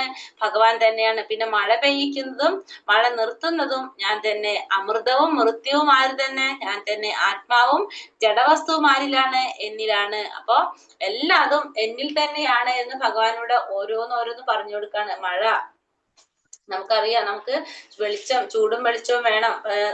സൂര്യനിൽ നിന്നാണ് നമുക്ക് ചൂട് കിട്ടുന്നതും വെളിച്ചം കിട്ടുന്നതും സൂര്യനിൽ നിന്നാണ്. പിന്നെ വേനൽക്കാലത്ത് മഴ പൊഴിയാതെ തടയുന്നതും മഴക്കാലത്ത് മഴ പെയ്യിക്കുന്നതും ആര് തന്നെ? ഭഗവാൻ തന്നെയാണ്. പിന്നെ നമ്മുടെ ജീവിതത്തിന്റെ ദൈർഘ്യം, അത് ദൈർഘ്യത്തിന്റെ എത്രയാണ് നമുക്ക് പറഞ്ഞിരിക്കുന്ന ദൈർഘ്യം, അതിനുശേഷം മൃത്യുരൂപത്തിൽ വരുന്നതും ആര് തന്നെയാണ്? ഭഗവാൻ തന്നെയാണെന്നാണ് പറയുന്നത്. അപ്പൊ എല്ലാതും ആരിൽ തന്നെയാണ് കൊടുകൊള്ളുന്നത്? ഭഗവാനിൽ തന്നെയാണ്. എല്ലാതും ഭഗവാനെ ആശ്രയിച്ചാണ് ഇരിക്കുന്നത്. അപ്പൊ ഭഗവാനാണ് എല്ലാത്തിന്റെയും അടിസ്ഥാനം. ഭഗവാനിലൂടെയാണ് എല്ലാം നടക്കുന്നത്. ഭഗവാനാണ് എല്ലാത്തിനും മഴ പെയ്യിക്കുന്നതും നിർത്തുന്നതും പിന്നെ മൃത്യുവായിട്ട് വരുന്നതും പിന്നെ അമൃതമായിട്ടുള്ളതും ആത്മാവും ജഡവസ്തുവും എല്ലാം ഭഗവാനിൽ തന്നെയാണ്. സ്വർഗീയ സുഖങ്ങൾ കാക്ഷിച്ച് വേദപഠനം നടത്തുന്നവരും സോമപാനം ചെയ്യുന്നവരും മറ്റൊരു വിധത്തിൽ ഭജിക്കുന്നത് എന്നെ തന്നെയാകുന്നു. അപ്പോ സ്വർഗസുഖങ്ങളൊക്കെ നമുക്ക് ആഗ്രഹിച്ചുകൊണ്ട് നമ്മള് ഫലം ആഗ്രഹിച്ചുകൊണ്ടല്ലേ, പുണ്യഫലങ്ങൾ ആഗ്രഹിച്ചുകൊണ്ട് നമ്മൾ കർമ്മങ്ങളൊക്കെ ചെയ്യുകയാണെങ്കിൽ, ആ എന്താ പറയുക, സ്വർഗസുഖങ്ങൾ കാക്ഷിച്ച് വേദപഠനം നടത്തുകയാണെങ്കിൽ, വേദപഠനം നടത്തുന്നവരും സോമപാനം ചെയ്യുന്നവരും മറ്റൊരു വിധത്തിൽ ഭജിക്കുന്നത് ആരെ തന്നെയാണ്? ഭഗവാനെ തന്നെയാണ് ഭജിക്കുന്നത്. പാപഫലങ്ങളിൽ നിന്ന് മുക്തരായി പുണ്യലോകങ്ങളായ ഇന്ദ്രന്റെ സ്വർഗത്തിൽ ജനിച്ച് അവർ ദിവ്യസുഖങ്ങളെ അനുഭവിക്കുന്നു. അപ്പോ നമുക്ക് പുണ്യം കിട്ടാനായിട്ടുള്ള കാര്യങ്ങളിലെ പുണ്യഫലങ്ങൾ അനുഭവിക്കാൻ വേണ്ടിയിട്ട് നമ്മൾ ചെയ്യുന്ന പ്രവർത്തികൾ അത് മുഴുവനും ചെയ്യുന്നത് പുണ്യഫലങ്ങളിൽ നിന്ന് മുക്തരായി പുണ്യലോകമായ ഇന്ദ്രന്റെ സ്വർഗത്തിൽ ജനിച്ച് അവർ ദിവ്യസുഖങ്ങളെ അനുഭവിക്കുന്നു എന്നാ പറയുന്നത്. അപ്പൊ സ്വർഗീയ സുഖങ്ങൾ കാക്ഷിച്ചുകൊണ്ട് നമ്മൾ ചെയ്യുന്ന എന്തൊക്കെ പ്രവർത്തികളാണ് ചെയ്യുന്നത്, അതൊക്കെ ചെയ്യണത് നമ്മൾ എന്തിനു വേണ്ടിയിട്ടാണ്? പുണ്യം കിട്ടാൻ വേണ്ടിയിട്ടാണ്. ആ പുണ്യഫലങ്ങള് ചെയ്യുന്നവരും ഭജിക്കുന്നത് ആരെ തന്നെയാണ്? ഭഗവാനെ തന്നെയാണ് ഭജിക്കുന്നത്. അപ്പൊ പാപഫലങ്ങളിൽ നിന്ന് മുക്തരായി പുണ്യലോകമായ, അപ്പൊ അങ്ങനെ ചെയ്യുമ്പോ എന്താ സംഭവിക്കുന്നത്? ആ പുണ്യഫലം അനുഭവിക്കാൻ വേണ്ടിയിട്ട് നമുക്ക് എവിടേക്ക് പോകേണ്ടി വരും? പുണ്യം അനുഭവിക്കേണ്ട അവരുടെ ലോകത്തേക്ക് പോകേണ്ടി വരും. പുണ്യലോകം എവിടെയാണ്? സ്വർഗലോകത്തിലേക്ക്, ഇന്ദ്രന്റെ സ്വർഗലോകത്തിലേക്ക് പോകേണ്ടി വരും. അപ്പൊ സ്വർഗത്തിൽ ജനിച്ചിട്ട് അവരെന്ത് ചെയ്യാണ്? ആ ദിവ്യ സുഖങ്ങളൊക്കെ അവിടെ അനുഭവിക്കുക. എന്തോരം നമ്മൾ പുണ്യം ചെയ്തിട്ടുണ്ടോ ആ പുണ്യം മുഴുവൻ അനുഭവിക്കാനായിട്ട് നമ്മള് സ്വർഗലോകത്തിലേക്ക് പോകേണ്ടി വരും. അതിനുശേഷം അവിടെ നമ്മൾ അത് നമ്മൾ ചെയ്ത കർമ്മത്തിന്റെ പുണ്യഫലങ്ങൾ മുഴുവൻ നമ്മൾ അവിടെ ഇരുന്ന് അവിടെ അനുഭവിക്കുകയാണ് ചെയ്യുന്നത്. നമ്മൾ പറഞ്ഞു, നൃഗരാജാവിന്റെ കഥ പറഞ്ഞിട്ടുണ്ടായിരുന്നില്ല, കുറെ പുണ്യങ്ങൾ ചെയ്തപ്പോൾ സ്വർഗത്തിൽ പോകാൻ വേണ്ടിയിട്ട് പുണ്യങ്ങൾ കുറെ ചെയ്ത് പിന്നെ പാപം ചെയ്തപ്പോ ആ പാപത്തിന് ഫലം അനുഭവിക്കുന്നത്. അതുപോലെ തന്നെ അപ്പൊ കുറെ പുണ്യകർമ്മങ്ങൾ ചെയ്ത ആ പുണ്യകർമ്മങ്ങൾ ചെയ്തതിന്റെ ഫലം അനുഭവിക്കാൻ വേണ്ടി നമ്മൾ എവിടേക്ക് പോകണം? സ്വർഗത്തിൽ പോയിട്ട് അവിടെ ജന്മമെടുത്ത് അവിടെ നമ്മൾ എന്ത് ചെയ്യണം? ആ പുണ്യം മുഴുവൻ നമ്മൾ അവിടെ അനുഭവിക്കുക ചെയ്യുന്നത്. അതിനുശേഷം പിന്നെ എന്താ സംഭവിക്കുക? നമുക്ക് പുണ്യം അനുഭവിച്ചു കഴിഞ്ഞ് ചിലപ്പോൾ നമുക്ക് പാപം അനുഭവിക്കേണ്ടി വരും. അപ്പൊ നമ്മള് ഭൗതിക ലോകത്തിൽ വന്നിട്ട് ജന്മം എടുക്കേണ്ടി വരും. പുണ്യങ്ങൾ ചെയ്യുമ്പോ ആ പുണ്യം അനുഭവിക്കാൻ വേണ്ടി നമ്മൾ എവിടെ പോകും? സ്വർഗത്തിൽ, ഇന്ദ്രന്റെ ലോകത്തിലേക്ക് നമ്മൾ പോകാം. ഇങ്ങനെ സ്വർഗീയങ്ങളായ ഇന്ദ്രിയ സുഖങ്ങൾ ഒട്ടേറെ അനുഭവിച്ച് തങ്ങൾ ചെയ്ത പുണ്യകർമ്മങ്ങളുടെ ഫലമെല്ലാം നഷ്ടപ്പെടുമ്പോൾ അവർ ഈ നശ്വരമായ ഭൂമിയിലേക്ക് തിരിച്ചു വരുന്നു. ഇപ്പൊ നമ്മൾ പറഞ്ഞത് തന്നെ. അപ്പൊ ഇങ്ങനെ കുറെ പുണ്യകർമ്മങ്ങൾ ചെയ്തിട്ടുണ്ട്. അപ്പൊ അതിന്റെ ഫലം മുഴുവൻ നമ്മൾ അനുഭവിച്ചു കഴിയുമ്പോ, അത് മുഴുവൻ തീരുമ്പോ നമ്മൾ എന്ത് ചെയ്യേണ്ടി വരും? ഈ നശ്വരമായ ഭൂമിയിലേക്ക് തിരിച്ചു വരേണ്ടതായിട്ട് വരും. വേദത്രയ പ്രമാണങ്ങളിൽ ഉറച്ചു നിൽക്കുന്ന ഭോഗാന്വേഷികൾക്ക് ജന്മമൃത്യു പരമ്പരയല്ലാതെ മറ്റൊന്നും കിട്ടാനില്ല. അപ്പൊ നമ്മൾ ഈ വേദങ്ങളിലൂടെയൊക്കെ നമ്മൾ ഭഗവാനെ കുറിച്ച് അറിയുന്നു പറഞ്ഞു. അതേപോലെ ഈ സ്വർഗീയ സുഖങ്ങൾ കാക്ഷിച്ചുകൊണ്ട് നമ്മൾ ഇങ്ങനത്തെ കാര്യങ്ങൾ ചെയ്തു കഴിഞ്ഞാൽ നമുക്ക് എന്താണ് കിട്ടുന്നത്? ഈ ജന്മമൃത്യു പരമ്പരയല്ലാതെ വേറെ ഒന്നും കിട്ടാനില്ല. കാരണം നമ്മൾ ചെയ്ത കർമ്മത്തിനനുസരിച്ച് പുണ്യം അനുഭവിക്കണം. ആ പുണ്യം അനുഭവിക്കാൻ വേണ്ടി നമ്മൾ എവിടേക്ക് പോകേണ്ടി വരും? സ്വർഗത്തിലോട്ട് പോകേണ്ടി വരും. അവിടെ കുറെ നമുക്ക് ചെയ്ത പുണ്യങ്ങളൊക്കെ നമ്മൾ അനുഭവിച്ചതിന് ശേഷം വീണ്ടും നമ്മൾ എന്ത് ചെയ്യേണ്ടി വരും? നമ്മൾ ഈ ഭൗതിക ലോകത്തിൽ വന്നിട്ട് ജന്മം എടുക്കേണ്ടതായിട്ട് വരും. അപ്പൊ അവർക്ക് എന്താ സംഭവിച്ചുകൊണ്ടിരിക്കുന്നത്? ഈ ജന്മമൃത്യു പരമ്പര അല്ലാതെ വേറൊന്നും കിട്ടുന്നില്ല. കാരണം പുണ്യങ്ങൾ തീരാൻ വേണ്ടിയിട്ട് പുണ്യലോകത്ത് പോകും, അവിടെ അനുഭവിക്കും. അതിനുശേഷം വീണ്ടും പാപങ്ങളുള്ളത് തീരാനായിട്ട് ഭൗതിക ലോകത്ത് വേണ്ടി വരും. വീണ്ടും നമ്മൾ ചെയ്ത കർമ്മ അനുസരിച്ച് വീണ്ടും നമ്മൾ എവിടേക്ക് പോകേണ്ടി വരും? അവിടേക്ക് പോകേണ്ടി വരും. ഇത് ഇങ്ങനെ മാറി തിരിഞ്ഞും കൊണ്ടിരിക്കുകയാണ്. അപ്പൊ ഇവർക്ക് ഈ ജന്മമൃത്യു പരമ്പരയല്ലാതെ വേറൊന്നും അവർക്ക് കിട്ടാനുണ്ടാവില്ല. അനന്യാചിന്തയന്തോ മാം യേ ജനാ പരുപാസതേ തേഷാം നിത്യാഭിയുക്താനാം യോഗക്ഷേമം വഹാമ്യഹം. എന്റെ ദിവ്യരൂപത്തെ ധ്യാനിച്ചുകൊണ്ട് പൂർണ്ണ ഭക്തിയോടെ ആരാണോ എന്നെ എല്ലായ്പ്പോഴും ആരാധിക്കുന്നത് അവർക്ക് വേണ്ടുന്നതെല്ലാം ഞാൻ നൽകും, അവർക്കുള്ളതെല്ലാം ഞാൻ നിലനിർത്തുകയും ചെയ്യും. ഇവിടെ ഭഗവാൻ എന്താ പറയുന്നത്? ഭഗവാനെ ആരാധിച്ചുകൊണ്ട് ഭഗവാനെ ധ്യാനിച്ചുകൊണ്ട് പൂർണ്ണ ഭക്തിയോടെ ആരാണോ എന്നെ എല്ലായ്പ്പോഴും ആരാധിക്കുന്നത്, ഭഗവാന്റെ ദിവ്യരൂപത്തെ ധ്യാനിക്കുക. ഭഗവാന്റെ ഏത് രൂപത്തെ ധ്യാനിക്കണം നമുക്ക് മനസ്സിലായി. ഭഗവാന്റെ കൃഷ്ണരൂപത്തെ ധ്യാനിക്കാനാണ് ഭഗവാൻ പറഞ്ഞത് അല്ലെ. ആ ഭഗവാന്റെ കൃഷ്ണരൂപത്തെ ധ്യാനിച്ച് പൂർണ്ണ ഭക്തിയോടെ ആരാണോ ഭഗവാൻ എല്ലായ്പ്പോഴും ആരാധിക്കുന്നത് അവർക്ക് വേണ്ടതൊക്കെ ആര് നൽകാണ്? ഭഗവാൻ വേണ്ടത്. അവർക്ക് എന്താണോ ആവശ്യം എന്ന് അറിഞ്ഞുകൊണ്ട് അവർക്ക് വേണ്ടതൊക്കെ ഭഗവാൻ നൽകും. പിന്നെ അവർക്കുള്ളതൊക്കെ ഭഗവാൻ നിലനിർത്തി കൊടുക്കുകയും ചെയ്യും. അവർക്ക് എന്തൊക്കെ ആണോ ഉള്ളത് അത് ഫുള്ള് നിലനിർത്തി കൊടുക്കുകയും ചെയ്യും.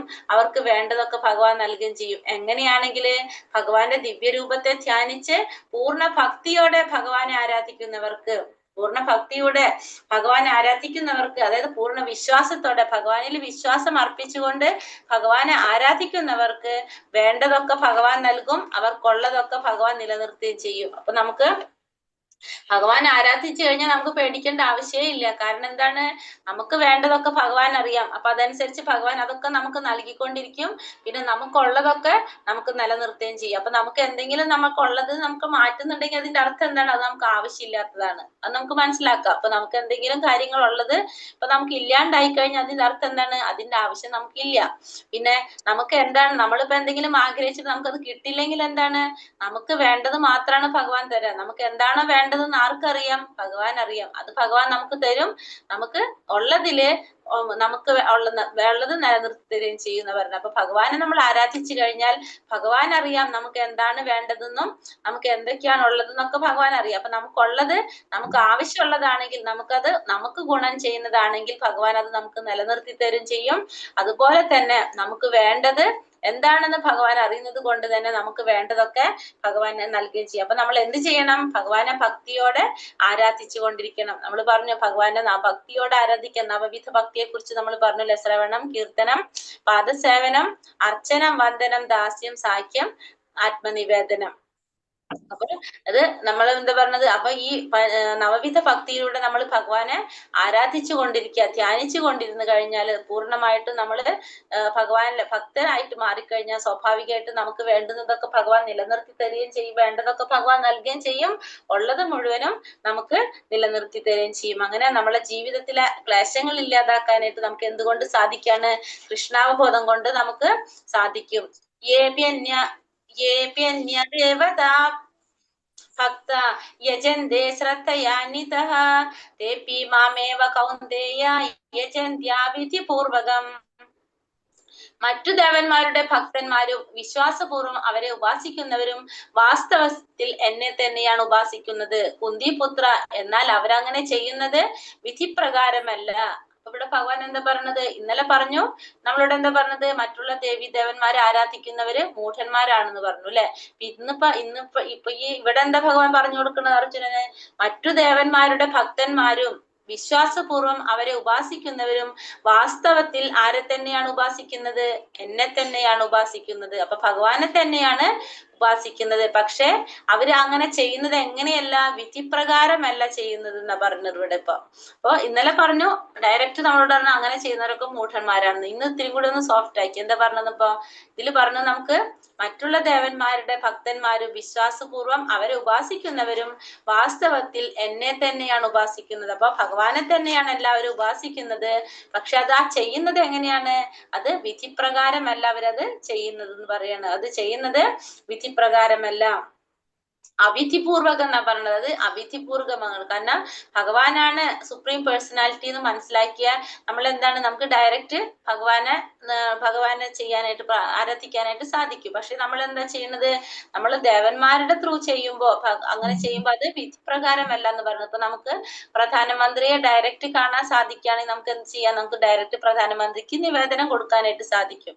അതല്ലെങ്കിൽ എന്താ സംഭവിക്കുന്നത്, നമ്മള് പ്രധാനമന്ത്രിയുടെ താഴെയുള്ളവരെ കണ്ടു കഴിഞ്ഞാൽ അതിന് കുറെ സ്റ്റെപ്പ് എടുക്കേണ്ടി വരില്ല. നമ്മൾ പതുക്കെ ഓരോരോ സ്റ്റെപ്പ് ബൈ സ്റ്റെപ്പ് പോയിട്ടാണ് നമുക്ക് ആരെ കാണാൻ സാധിക്കുന്നത്, പ്രൈം മിനിസ്റ്ററെ കാണാനായിട്ട് സാധിക്കുന്നത്. അപ്പൊ അതിന് കുറെ സമയം എടുക്കും, ചിലപ്പോ നടന്നൊന്നും വരുന്നില്ല, അങ്ങനെയൊക്കെ സംഭവിക്കും. അപ്പൊ അതിനൊന്നല്ല നമുക്ക് എന്ത് ചെയ്യാൻ സാധിക്കും, നേരിട്ട് നമുക്ക് പ്രധാനമന്ത്രിയെ കാണാനായിട്ട് സാധിക്കും. അതേപോലെ തന്നെ പറയാണ്, മറ്റുള്ള ദേവി ദേവന്മാരെ ആരാധിക്കുന്നതിന്റെ പ്രോബ്ലം തന്നെ അത് വിധിപ്രകാരമുള്ളതല്ല അവരെ ഉപാസിക്കുന്നത്. പക്ഷെ അവര് ചെയ്യുന്നതും ആരിലേക്കാണ് എത്തുന്നത്, എന്നിലേക്ക് തന്നെയാണ് എത്തുന്നതെന്ന് പറയാണ്. ഇപ്പൊ നമ്മളൊരു മരത്തിന്റെ വേരുകളിലല്ലാതെ കൊമ്പുകളിലോ ഇലകളിലോ മരത്തിന് വേണ്ടി വെള്ളം ഒഴിക്കുന്നത് എങ്ങനെയാണ്, അത് എങ്ങനെ ചെയ്യണം എന്ന് അറിയാത്തത് കൊണ്ടാണ് അത് ഒഴിക്കുന്നത്. അറിയുന്നവരെന്ത് ചെയ്യും, നേരെ അതിന്റെ വേരിൽ തന്നെ കടക്കിൽ തന്നെ നമ്മൾ കൊണ്ട് വെള്ളം ഒഴിക്കും അല്ലെ. അതേപോലെ തന്നെയാണ് ദേവി ദേവന്മാരെ ആരാധിക്കുന്നവരെ കാര്യം പറയുന്നത്. അത് പക്ഷെ വിധിപ്രകാരമല്ല എന്ന് പറയുന്നത്. പക്ഷെ ഇതിന്റെ ആരാധന എവിടേക്ക് തന്നെയാണ് എത്തുന്നത്, ഭഗവാന്റേക്ക് തന്നെയാണ് എത്തുന്നത്. യാന്തി ദേവാവ്രതാ ദേവാൻ പിത്രാൻ യാന്തി പിതൃവ്രതഃ ഭൂതാനി യാന്തി ഭൂതേജ്യ യാന്തി മദ്യാജിനോപിമാം. ദേവന്മാരെ ആരാധിക്കുന്നവർ ദേവന്മാരോടൊപ്പം ജനിക്കും. പിതൃപൂജകർ പിതൃക്കളോടൊപ്പം ജനിക്കും. ഭൂതപ്രേതാദികളെ ഉപാസിക്കുന്നവർ അവരോടൊപ്പമാവും ജനിക്കുക. എന്നെ ആരാധിക്കുന്ന ഭക്തന്മാർ എന്നോടൊപ്പം ജീവിക്കും. അപ്പോ ഇവിടെ എന്താ പറഞ്ഞത്? ഇനി ദേവന്മാരെ ആരാധിക്കുന്നവർ എവിടെയാണ് ജനിക്കുന്നത്? ദേവന്മാരോടൊപ്പമാണ് ജനിക്കുന്നത്. പിതൃപൂജകര് പിതൃക്കളോടൊപ്പം, ഭൂതപ്രേതാദികളെ ഉപാസിക്കുന്നവര് അവരോടൊപ്പം, എന്നെ ആരാധിക്കുന്ന ഭക്തന്മാർ എന്നോടൊപ്പം ജീവിക്കും. അപ്പൊ ഓരോരുത്തരും ആരെയാണോ ആരാധിക്കുന്നത് അതനുസരിച്ചാണ് അവരുടെ ജന്മം എടുക്കണമെന്ന് പറയുന്നത്. ദേവന്മാരെ ആരാധിച്ചു കഴിഞ്ഞാൽ അവർക്ക് എവിടേക്ക് പോകാൻ പറ്റുള്ളൂ? അവര് ദേവന്മാരുടെ അടുത്തേക്ക് അവർക്ക് പോകാനായിട്ട് സാധിക്കുള്ളൂ. അവർ പിന്നെ ഭഗവാന്റെ അടുത്തേക്ക് പോകാനായിട്ട് അവർക്ക് സാധിക്കുന്നില്ല. ദേവന്മാരെ ആരാധിക്കുന്നവർ ദേവന്മാരുടെ ലോകത്തിലേക്ക് പോകും. പിതൃപൂജ നടത്തി പിതൃക്കളെയാണ് ആരാധിക്കുന്നതെങ്കിൽ അവർ പിതൃലോകത്തിലേക്ക് പോകും. ഭൂതപ്രേതാദികൾ ഉപാസിക്കുന്നവരുണ്ട് അല്ലെ, ഭൂതപ്രേതാദികളൊക്കെ ഉപാസിച്ച് അവരാരാധിച്ചു പോകുന്നവര് എവിടേക്കാണ് പോകുക? ഭൂതപ്രേതാദികളുടെ ലോകത്തേക്കാണ് പോകാനായിട്ട് അവർക്ക് സാധിക്കുക. ഭഗവാൻ ആരാധിക്കുന്നവർക്കാണ് എന്ത് ചെയ്യാൻ സാധിക്കുന്നത്? ഭഗവാന്റെ ലോകത്തേക്ക് പോകാനായിട്ട്, ഗോലോക വൃന്ദാവനത്തിലേക്ക് പോകാനായിട്ട് സാധിക്കുന്നതും ജന്മമൃത്യു ജരാവ്യാധികളിൽ നിന്ന് മുക്തിയാകുന്നതും നമുക്ക് പിന്നെ ജനനവും മരണവും ഇല്ലാത്തൊരവസ്ഥയിലേക്ക് എത്തണമെങ്കിൽ എവിടേക്ക് പോകണം? നമ്മൾ ഭഗവാന്റെ ലോകത്തിലേക്ക് പോകണം. അതല്ലാത്ത വേറെ ഏത് ലോകത്ത് പോയാലും നമുക്ക് എന്തുണ്ട്? ജനന മരണങ്ങളുണ്ട് നമ്മൾ പറഞ്ഞു. അപ്പൊ ദേവന്മാരെ ആരാധിക്കുന്നവര് ദേവന്മാരുടെ ലോകത്തിലേക്ക് പോകും. പിതൃപൂജ ചെയ്യുന്നവര് പിതൃക്കളെയാണ് പൂജിക്കുന്നെങ്കിൽ പിതൃലോകത്തേക്ക് പോകും. ഭൂതപ്രേതാദികൾ ഉപാസിക്കുന്നവർ ആരാധിക്കുന്നവരാണെങ്കിൽ അവരുടെ ലോകത്തേക്കായിരിക്കും പോകുന്നത്. ഭഗവാൻ ആരാധിച്ചു കഴിഞ്ഞാലോ ഭഗവാന്റെ ലോകത്തേക്ക് പോകും. ഇനി ഭഗവാനെ എങ്ങനെയാണ് നമ്മൾ ആരാധിക്കുന്നത്? ഭഗവാൻ എന്തൊക്കെ നൽകാന്ന് പറയും. ഭഗവാൻ പറയാണ്, പത്രം പുഷ്പം ഫലം തോയം യോമേ ഭക്ത്യാ പ്രയച്ഛതി തദഹം ഭക്തിബഹൃത അശ്നാമി പ്രയതാത്മനഃ. സ്നേഹത്തോടും ഭക്തിയോടും ഒരാൾ എനിക്ക് അർപ്പിക്കുന്നത് എന്തും, ഇലയോ പൂവോ ഫലമോ ജലമോ ആകട്ടെ, ഞാനത് സ്വീകരിക്കും. അപ്പൊ എന്താ പറഞ്ഞത്? ഭഗവാനെ എന്ത് സമർപ്പിച്ചാലും സ്നേഹത്തോടെയും ഭക്തിയോടും കൂടി സമർപ്പിക്കണം എന്നാ പറയുന്നത്. ഭഗവാന് സ്നേഹത്തോടെയും ഭക്തിയോടെയും കൂടി എന്ത് സമർപ്പിച്ചാൽ, അതൊരു ഇലയായാലും പൂവായാലും ജലമായാലും ഫലങ്ങളായാലും നമ്മുടെ പഴവർഗ്ഗങ്ങളായാലും എന്തായാലും അത് ഭഗവാൻ സ്വീകരിക്കും. അതെങ്ങനെയായിരിക്കണം? സ്നേഹത്തോടും ഭക്തിയോടും കൂടി ആയിരിക്കണം സമർപ്പിക്കേണ്ടത്. ഒരു ഇല എന്ന് ഉദ്ദേശിക്കുന്നത് എന്താണ്? നമ്മളെ തുളസി ഇല, പൂക്കള്, എന്തൊരു പൂവ്, ഇലകളായിക്കോട്ടെ പൂക്കളാവട്ടെ ഫലങ്ങളായിക്കോട്ടെ ജലമാകട്ടെ, അത് ഞാൻ സ്വീകരിക്കും. അതെങ്ങനെ സമർപ്പിക്കണം? സ്നേഹത്തോടും ഭക്തിയോടും കൂടി ഭഗവാന് സമർപ്പിക്കുന്നത് എന്തും ഭഗവാൻ സ്വീകരിക്കും. ഇത് എല്ലാവർക്കും ചെയ്യാൻ പറ്റുന്ന ഒരു കാര്യമാണ് അല്ലെ ഈ പറഞ്ഞത്. അല്ലാതെ കുറെ ഭഗവാൻ അങ്ങനെ ഇങ്ങനെ ഒന്നും വേണമെന്ന് ഭഗവാൻ പറയുന്നില്ല. ഭഗവാൻ എന്തെങ്കിലും ആവശ്യമുണ്ടോ സത്യത്തില്? കാരണം ഭഗവാനാണ് എല്ലാം സൃഷ്ടിച്ചിരിക്കുന്നതെങ്കിൽ ഭഗവാൻ ഇതിന്റെ ഒന്നിന്റെ ആവശ്യമില്ല. പിന്നെ ഭഗവാൻ എന്തിനാണ് ഇതൊക്കെ ചെയ്യാനായിട്ട് നമ്മളോട് ആവശ്യപ്പെടുന്നത്? ഭഗവാന്റെ കാരുണ്യാണത്. തിരിച്ച് നമ്മളെ ഭൗതിക ലോകത്ത് നിന്ന് ഭഗവാന്റെ ലോകത്തേക്ക് തിരിച്ചു കൊണ്ടുപോകാൻ വേണ്ടിയിട്ടാണ് ഇതൊക്കെ നമ്മളെ കൊണ്ട് ഭഗവാൻ ചെയ്യിക്കുന്നത്. ആത്മാവിനെ പ്യൂരിഫൈ ആക്കാനായിട്ട്, പരിശുദ്ധിയാക്കാൻ വേണ്ടിയിട്ടാണ് ഇതൊക്കെ ചെയ്യാൻ പറയുന്നത്. എന്താണ് നമ്മളോട് പറയുന്നത്? സ്നേഹത്തോടും ഭക്തിയോടും കൂടി ഒരാൾ എനിക്ക് അർപ്പിക്കുന്നത് എന്തും, അതൊരു ഇലയാകാം, ഒരു പൂവാകാം, ജലമാകാം, ഫലങ്ങളാകാം, ഇത് ഞാൻ സ്വീകരിക്കുമെന്നാണ് ആര് പറയുന്നത്? ഭഗവാൻ പറയുന്നത്. യത്കരോഷി യദശ്നാസി യജ്ജുഹോഷി ദദാസി യത്പസ്യാസി കൗന്ദേയ തത്കുരുഷ്വർമദർപ്പണം. നീ എന്ത് ചെയ്യുന്നുവോ, എന്ത് നിവേദിക്കുന്നുവോ, എന്ത് ഭക്ഷിക്കുന്നുവോ, എന്ത് ദാനം ചെയ്യുന്നുവോ, എന്ത് തപശ്ചര്യകൾ അനുഷ്ഠിക്കുന്നുവോ കുന്തിപുത്ര, അതെല്ലാം എനിക്കായി അർപ്പിച്ചുകൊണ്ട് ചെയ്യുക. നീ എന്താ പറയണം? നീ എന്ത് ചെയ്യണമെങ്കിലും അതെന്ത് ചെയ്യണം? എനിക്കായിട്ട് അർപ്പിച്ചുകൊണ്ട് ചെയ്യണം. യാതൊരു സന്ദർഭത്തിലും എങ്ങനത്തെ ഒരു സാഹചര്യവും സന്ദർഭം ഉണ്ടായാലും എന്ത് ചെയ്യാൻ പാടില്ല? നീ എന്നെ മറക്കാൻ പാടില്ല. അത് നമ്മുടെ ജീവിതത്തെ ചിട്ടപ്പെടുത്താൻ വേണ്ടിയിട്ടാണ് ഭഗവാൻ ഇതൊക്കെ പറഞ്ഞിട്ടുണ്ട്. എന്താണ് ചെയ്യേണ്ടത്? നീ എന്ത് ചെയ്യുന്നെങ്കിലും, നീ എന്ത് നിവേദിക്കുന്നുവോ, എന്ത് ഭക്ഷിക്കുന്നുവോ, എന്ത് ദാനം ചെയ്യുന്നുവോ, എന്ത് തപശ്ചര്യകൾ അനുഷ്ഠിക്കുന്നുവോ കുന്തിപുത്ര, അതെല്ലാം എനിക്കായിട്ട് അർപ്പിച്ചുകൊണ്ട് ചെയ്യുക. നമ്മൾ എന്തൊക്കെ പ്രവൃത്തി ചെയ്യണ്ടെങ്കിൽ എന്ത് ചെയ്യണം? അത് ഭഗവാനെ സമർപ്പിച്ചുകൊണ്ട് ചെയ്യണം. ഇതിനാണ് നമ്മുടെ ഓരോ ജീവിതത്തിന്റെ ഓരോ സമയത്തും ഓരോ സന്ദർഭത്തിലും ഭഗവാനെ മറന്നു പോകാതിരിക്കാനാണ് ഭഗവാൻ അത് പറയുന്നത്. കാരണം എന്തിനാണ് ഭഗവാനെ മറന്നു പോകാതിരിക്കുന്നത്? നമ്മള് ഭഗവാനെ കുറിച്ച് ഓർത്താൽ മാത്രമാണ് നമ്മൾ എന്ത് ചെയ്യാ, നമ്മൾ ഭഗവാന് വേണ്ടി സമർപ്പിച്ചൊക്കെ ചെയ്യണത്. അങ്ങനെയാണെങ്കിൽ നമുക്ക് പരിശുദ്ധരാകാനായിട്ട് സാധിക്കുള്ളൂ. നമ്മളെ പരിശുദ്ധരാക്കി തിരിച്ച് ഭഗവാന്റെ ധാമത്തിലേക്ക് നമ്മള് ശരിക്കും എവിടെ നിന്ന് വന്നവരാണ്? ഭഗവാന്റെ അടുത്തുനിന്ന് വന്നവരാണ്. അപ്പൊ നമ്മളെ തിരിച്ച് നമ്മൾ എന്ത് ചെയ്യാണ്? നമ്മളെ ഭഗവാൻ അങ്ങോട്ട് കൊണ്ടുപോകാനാണ് നോക്കുന്നത്. അപ്പൊ അതിനു വേണ്ടിയിട്ട് നമ്മൾ എന്ത് ചെയ്യണം? നമ്മള് ഭഗവാൻ എല്ലാം സമർപ്പിച്ച് പ്രവർത്തിക്കുകയാണെങ്കിൽ സ്വാഭാവികമായിട്ടും നമുക്ക് അതിന്റെ ഫലങ്ങൾ അനുഭവിക്കേണ്ടതായിട്ട് വരില്ല. ഫലങ്ങൾ അനുഭവിക്കാനാണ് ഭൗതിക ലോകത്ത് നമ്മൾ ജന്മം എടുക്കേണ്ടി വരുന്നത്. നമുക്ക് ഫലങ്ങൾ അനുഭവിക്കേണ്ടി വരുന്നില്ലെങ്കിൽ പിന്നെ ജന്മം എടുക്കേണ്ട ആവശ്യം വരുന്നില്ല. നമുക്ക് തിരിച്ചെവിടേക്ക് പോകാൻ സാധിക്കും? ഭഗവാന്റെ ലോകത്തേക്ക് പോകാനായിട്ട് സാധിക്കും. അപ്പൊ നമ്മൾ എന്ത് ചെയ്യണമെങ്കിലും, നീ എന്ത് ചെയ്യുന്നുവോ, എന്ത് നിവേദിക്കുന്നുവോ, എന്ത് ഭക്ഷിക്കുന്നുവോ, എന്ത് ദാനം ചെയ്യുന്നുവോ, എന്ത് തപശ്ചര്യകൾ അനുഷ്ഠിക്കുന്നുവോ കുന്തിപുത്ര, അതെല്ലാം എനിക്കായി അർപ്പിച്ചുകൊണ്ട് ചെയ്യണം. അപ്പൊ എന്തൊരു പ്രവൃത്തി ചെയ്യണമെങ്കിലും നമ്മൾ എങ്ങനെ ചെയ്യണം?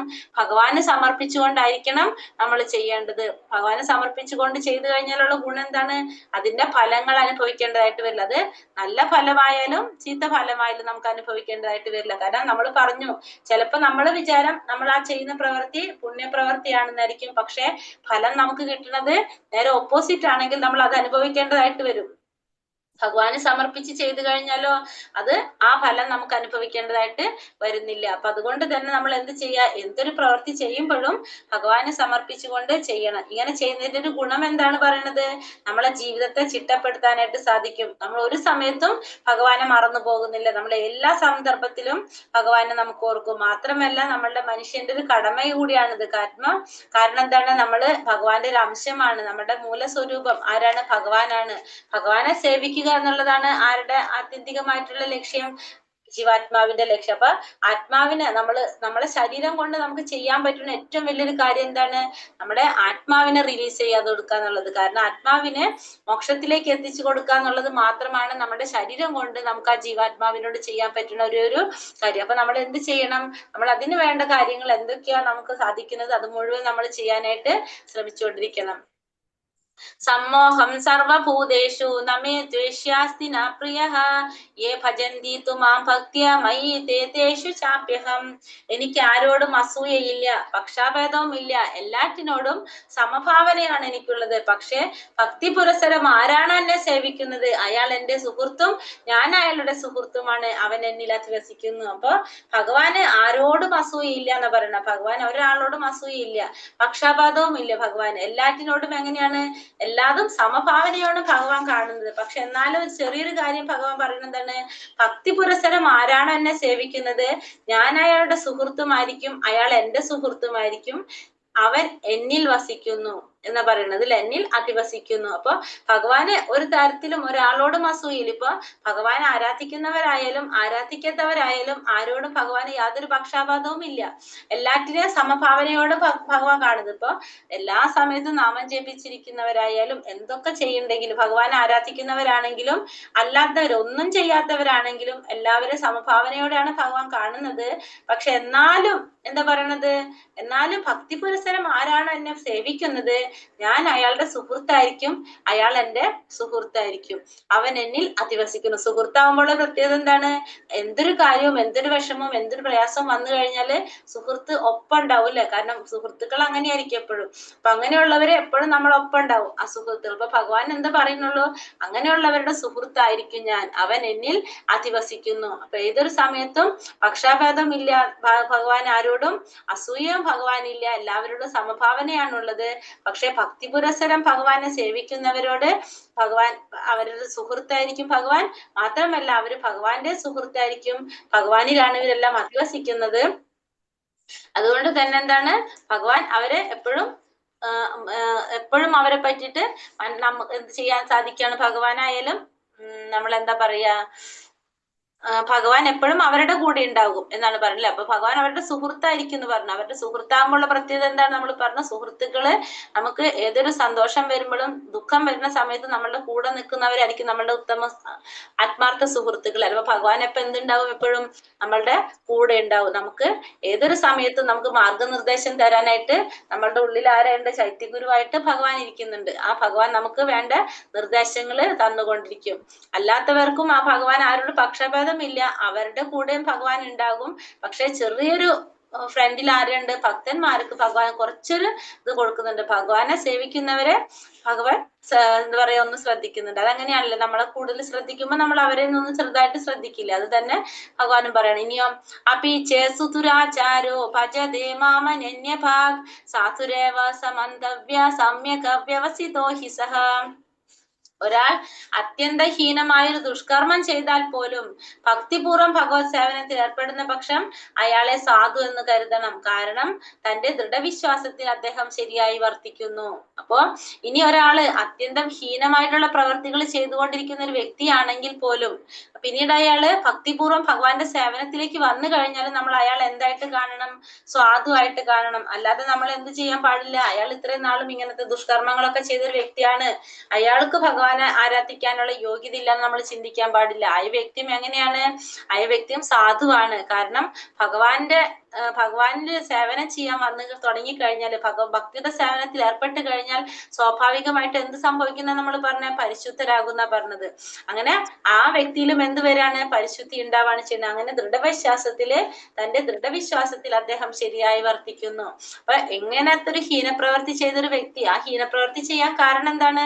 അജ്ഞാനം കൊണ്ടാണ് അദ്ദേഹം അത് ചെയ്തിട്ടുണ്ടാവും അല്ലെ? അയാൾക്ക് ഭഗവാനെ കുറിച്ചുള്ള ഒരു ജ്ഞാനം ഇല്ലാത്തത് കൊണ്ടാണ് സ്വാഭാവികമായിട്ടും അങ്ങനത്തെ പ്രവൃത്തികൾ അദ്ദേഹം ചെയ്തു പോയിരുന്നത്. പക്ഷെ അതിനുശേഷം ഭക്തിപൂർവ്വം ഭഗവാന്റെ സേവനത്തിൽ ഏർപ്പെടാനായിട്ട് സാധിക്കുക.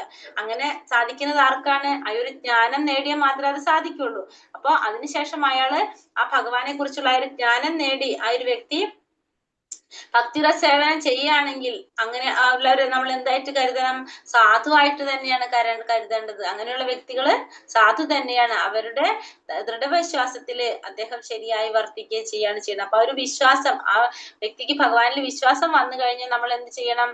അവരെ നമ്മൾ ഒരിക്കലും നിരുത്സാഹപ്പെടുത്താനായിട്ട് പാടുള്ളതല്ല. അത്യന്തം ഹീനമായിട്ടുള്ളൊരു ദുഷ്കർമ്മം ചെയ്താൽ പോലും ഭക്തിപൂർവ്വം ഭഗവത് സേവനത്തിൽ ഏർപ്പെടാണെങ്കിൽ അയാളെ സാധുവായിട്ട് കരുതണം. കാരണം തന്റെ ദൃഢവിശ്വാസത്തിൽ അദ്ദേഹം ശരിയായി വർത്തിക്കുന്നു. ക്ഷിപ്രം ഭവതി ധർമാത്മാ ശാശ്വശാന്തിം നിഗച്ഛതി കൗന്ദേയ പ്രതിജാനീഹി നമേ ഭക്ത പ്രണശ്യതി. അവൻ വേഗത്തിൽ ധാർമ്മികനായി തീർന്ന് ശാശ്വതമായ ശാന്തി നേടുന്നു. അവൻ എന്താ സംഭവിക്കുന്നത്? വേഗത്തില് ശാന്തി കിട്ടാനായിട്ട് സാധിക്കും. ധാർമ്മികനായിട്ട് തീരാണ് അവൻ. ധാർമ്മികനായി തീർന്ന് വേഗത്തിൽ ശാന്തി നേടുന്ന പറയുന്നത്. അപ്പൊ ഇങ്ങനെയുള്ളവരായാലും ഭഗവത്ഗീത സേവനം ചെയ്യുന്നതിലൂടെ വേഗത്തിൽ അവരുടെ പരിശുദ്ധി കിട്ടാണ്. ആത്മാവിന് പരിശുദ്ധി കിട്ടി അവര് ശാന്തരായിട്ട് ശാന്തി നേടാൻ സാധിക്കും അവർക്ക്. ഇനി എന്താ പറയണത്? എന്റെ ഭക്തന് ഒരിക്കലും നാശം സംഭവിക്കില്ല എന്ന് കുന്തിപുത്ര ഉറപ്പിച്ചു പ്രഖ്യാപിക്കൂ. ആരോടാ പറയണ? ഭഗവാൻ അർജുനനോട് പറയാണ് എന്റെ ഭക്തൻ ഒരിക്കലും നാശം സംഭവിക്കുന്നില്ല എന്ന് കുന്തിപുത്ര ഉറപ്പിച്ചു പ്രഖ്യാപിക്കുന്ന പറയുന്നത്. കാരണം അർജുനനോടാണ് പറയുന്നത്, ഭഗവാൻ അല്ല പറയുന്നത് എന്റെ ഭക്തന്മാർക്ക് നാശമില്ല എന്ന്. അത് അർജുനനെ കൊണ്ടാണ് പറയിപ്പിക്കുന്നത്. എന്തുകൊണ്ടാണ്? ഭക്തന്മാരുടെ വാക്ക് എപ്പോഴും ആര് പാലിക്കും? ഭഗവാൻ പാലിക്കും. അർജുനൻ ഭഗവാന്റെ ഭക്തനാണ് അല്ലെ? ആ ഭക്തൻ എന്ത് പറഞ്ഞാലും അത് അതേപോലെ അനുസരിക്കാൻ ആർക്ക് സാധിക്കും? ആര് ചെയ്യും അത്? ഭഗവാൻ ചെയ്യും. പക്ഷെ ഭഗവാൻ പറയുന്നത് ചിലപ്പോൾ ഭഗവാൻ പാലിക്കണം എന്നില്ല. പക്ഷെ ഭക്തന്മാരുടെ വാക്ക് ഭഗവാൻ പാലിക്കും. ഭക്തന്മാരുടെ ഹൃദയത്തിലാണ് ഭഗവാൻ ഇരിക്കുന്നത് നമ്മൾ പറഞ്ഞു. അതുകൊണ്ട് തന്നെ ഭഗവാൻ അർജുനനോട് എന്താ പറയുന്നത്? എന്റെ ഭക്തന്മാർക്ക് ഒരിക്കലും നാശം സംഭവിക്കില്ല എന്ന് നീ പ്രഖ്യാപിക്കാനാണ് പറയുന്നത്. അർജുനനോടാണ് പ്രഖ്യാപിക്കാൻ പറയുന്നത് അല്ലെ? അപ്പൊ നമ്മള് പ്രഹ്ലാദ മഹാരാജ് കുമാരന്റെ കഥയിൽ നമുക്കറിയാം എന്താണ് പറഞ്ഞിരിക്കുന്നത്? ഭഗവാൻ തൂണിലും തുരുമ്പിലും ഉണ്ടെന്ന് പറഞ്ഞപ്പോ ഭഗവാൻ എവിടെന്നാ വന്നത്? ആ തൂണ് പിളർന്നാണ് ഭഗവാൻ വരുന്നത്. എന്തിനാണ്? ആ ഒരു ഭക്തന്റെ വാക്ക് സത്യമാക്കാൻ വേണ്ടിയിട്ട് ഭഗവാൻ തൂണിൽ നിന്ന് അവതരിച്ചു. അത്രയും എന്താണ്? ഭക്തന്മാരുടെ കാരുണ്യമുള്ളവനാണ് ആര്? ഭഗവാൻ. അതുകൊണ്ട് തന്നെ ഭഗവാൻ പറയാണ് നമ്മൾ എന്തെങ്കിലും രീതിയിലുള്ള പറഞ്ഞ കുറ്റകൃത്യങ്ങളൊക്കെ ചെയ്തവരാണെങ്കിൽ പോലും ഭക്തിയുടെ സേവനത്തിലൂടെ അവന് വേഗത്തിൽ ധാർമ്മികതനായിട്ട് ശാന്തി നേടാനായിട്ട് സാധിക്കും. മാത്രമല്ല എന്റെ ഭക്തന്മാർക്ക് ഒരിക്കലും നാശം സംഭവിക്കില്ല എന്ന് ഉറപ്പിച്ച് പ്രഖ്യാപിക്കുമെന്നാണ് ആരോട് പറയുന്നത്? കുന്തിപുത്ര അർജുനനോട് പറയുന്നത്. അതെന്തുകൊണ്ടാ പറയുന്നത്? ഭഗവാന്റെ ഭക്തനാണ് അർജുനൻ. ആ ഭക്തന്മാരുടെ വാക്ക് ഒരിക്കലും ആര് തെറ്റിക്കില്ല? ഭഗവാൻ തെറ്റിക്കില്ല. അപ്പൊ അതുകൊണ്ട് ഭഗവാൻ അർജുനനോട് പറയാണ് നീ ഉറപ്പിച്ചു പ്രഖ്യാപിക്കൂ എന്റെ ഭക്തന്മാർക്ക് ഒരിക്കലും നാശം സംഭവിക്കുന്നില്ല, എന്റെ ഭക്തൻ ഒരിക്കലും നശിക്കില്ല എന്നുള്ളത് നീ ഉറപ്പിച്ചു പ്രഖ്യാപിക്കാനായിട്ട് അർജുനനോട് പറയാണ്. മാംഹി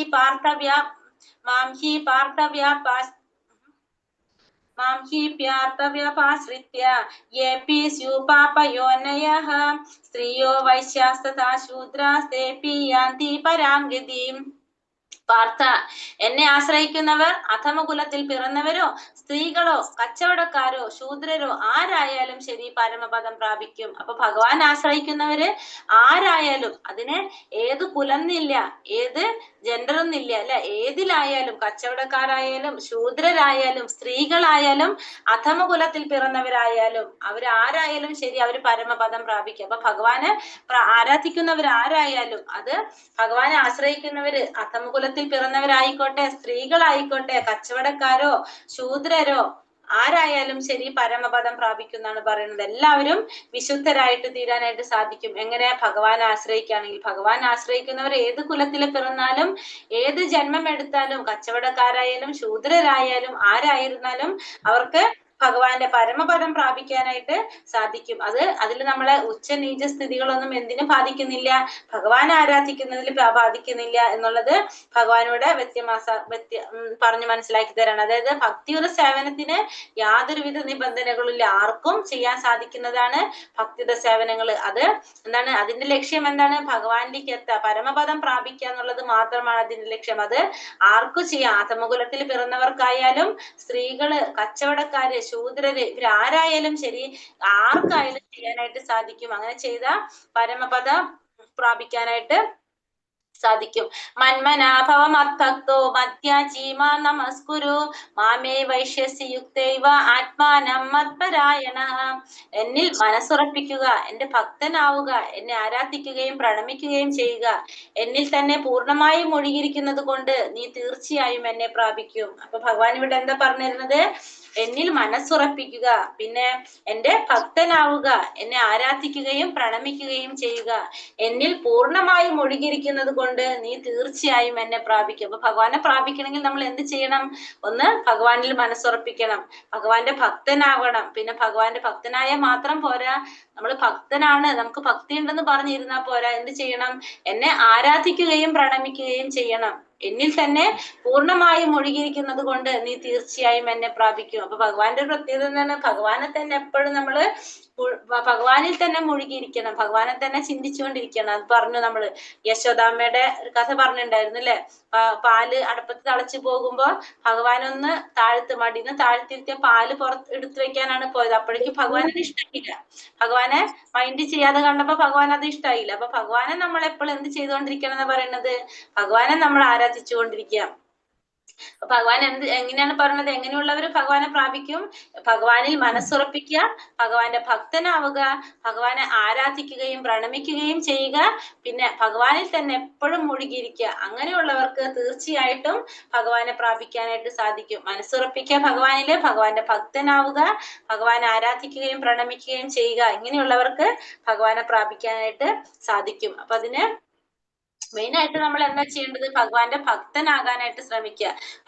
ഭക്തി ഉണ്ടെങ്കിൽ പിന്നെ നമുക്ക് എല്ലാതും ചെയ്യാനായിട്ട് സാധിക്കും. ഭക്തി ആയിട്ടുണ്ടെങ്കിൽ മാത്രമാണ് നമുക്ക് ഭഗവാന്റെ കാരുണ്യം കിട്ടുന്നത്. കാരണം ഭക്തന്മാർക്ക് വേണ്ടിയിട്ട് ഭഗവാൻ എന്തും ചെയ്യുന്നതാണ് ആര്?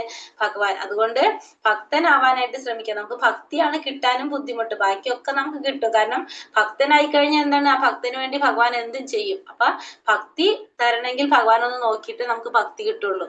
മുക്തി കിട്ടിയാലും ഭക്തി കിട്ടാൻ പാടാന്ന് പറയാ. കാരണം ഭക്തി കിട്ടിക്കഴിഞ്ഞാൽ ഭഗവാൻ അവരുടെ ദാസനാണ്. ദാസാന് ദാസാന് ദാസാന് ദാസൻ എന്ന് പറയും. അപ്പൊ ഭഗവാൻ ആ ഭക്തന്റെ ദാസനായിട്ടാണ്, ഭക്തന്മാരുടെ ഹൃദയത്തിലാണ് ഭഗവാൻ വാഴുന്നത് പറഞ്ഞു.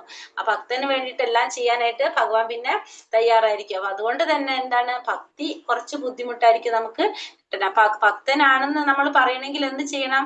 ഭഗവാനെ ആരാധിക്കുക, ഭഗവാനെ പ്രണമിക്കുകയും ചെയ്യുക. അപ്പൊ ഇങ്ങനെ ഭഗവാന് വേണ്ടിയിട്ട് നമ്മൾ ഓരോന്ന് ചെയ്തുകൊണ്ടിരിക്കുമ്പോഴാണ് നമുക്ക് എന്ത് വരുന്നത്? നമ്മളുടെ ഭക്തി വരുന്നത്. നമുക്ക് ഭക്തി മുളച്ചു വരുന്നത് അങ്ങനെയാണ്. നമ്മൾ പറഞ്ഞു, നമുക്ക് ഒരാളോട് ഇഷ്ടമുണ്ടെങ്കിൽ ആ ഇഷ്ടം എന്ന് പറഞ്ഞിരുന്നാൽ നമുക്ക് ശരിയാവില്ല. പക്ഷെ അതിന് വേണ്ടിയിട്ട് നമ്മൾ എന്ത് ചെയ്യണം? അവർക്ക് ഇഷ്ടമുള്ളതൊക്കെ നമ്മൾ ചെയ്തു കൊടുക്കുമ്പോഴാണ് അത് എന്ത് വരുന്നത്? അത് വികസിച്ച് വരുന്നത്, അത് കൂടിക്കൂടി വരുന്നത്. നമ്മൾ പറഞ്ഞു, നമ്മളുടെ മക്കളോട് നമ്മൾ സ്നേഹം കാട്ടുന്നത് അവർക്ക് ഇഷ്ടമുള്ള കാര്യങ്ങളൊക്കെ മേടിച്ചു കൊടുത്തും അങ്ങനെയൊക്കെ ആയിരിക്കും നമ്മൾ പറഞ്ഞു അല്ലെ?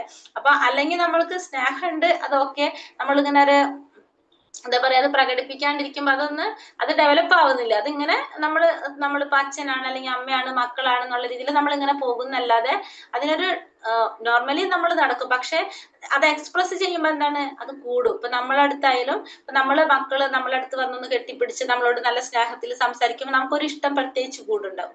എന്തുകൊണ്ടാണ് അത് എക്സ്പ്രസ് ചെയ്യാണതില്ല. അത് എക്സ്പ്രസ് ചെയ്യുമ്പോൾ സ്വാഭാവികമായിട്ട് അത് എന്താണ് അത് ഇത്തിരി കൂടി വന്ന് അങ്ങോട്ടും ഇങ്ങോട്ടും അത് കൂടും. ആ ട്രാൻസാക്ഷൻ നടക്കണം അവിടെ അങ്ങോട്ടും ഇങ്ങോട്ടും. അപ്പൊ അത് തന്നെ ആണ് ഭഗവാനും പറയണത്. ഭഗവാന്റെ ഭക്തനാണെങ്കിൽ എന്ത് ചെയ്യണം? നമ്മള് ഭഗവാനെ ആരാധിക്കുകയും ഭഗവാനെ പ്രണമിക്കുകയും ചെയ്യണം. അത് എങ്ങനെയാണ് നമുക്ക് പറഞ്ഞു തന്നില്ലേ? ഭഗവാൻ എന്താ പറഞ്ഞത്? പത്രം പുഷ്പം ഫലം തോയം യോമാ ഭക്തി പ്രയച്ചിതി എന്ന് പറഞ്ഞത്. അപ്പൊ നമ്മള് പത്രം പുഷ്പം ഫലം തോയ 4 കാര്യങ്ങൾ പറഞ്ഞ ഇലയോ പൂക്കളോ വെള്ളമോ പിന്നെ ഫലങ്ങളോ എന്തായാലും ഭഗവാന് ഭക്തിയോടെ സമർപ്പിച്ചു കഴിഞ്ഞാൽ ഭഗവാൻ അത് സ്വീകരിക്കുന്നു പറഞ്ഞു. നമ്മളെ വീട്ടില് ആരെങ്കിലും ഗസ്റ്റ് വരുമ്പോൾ നമ്മൾ എന്ത് ചെയ്യും? നമ്മൾ കഴിക്കാൻ എന്തെങ്കിലും കൊണ്ടുകൊടുക്കുക. എന്തുകൊണ്ടാണ്? അവര് കഴിക്കാതെയാണോ വരുന്നത്? അവർക്കത് കിട്ടാത്തതാണ്? അതൊന്നല്ല. കാരണം നമ്മളുടെ സ്നേഹം പ്രകടിപ്പിക്കുന്നതാണ് നമ്മൾ അവരുടെ അടുത്ത്, അല്ലെ?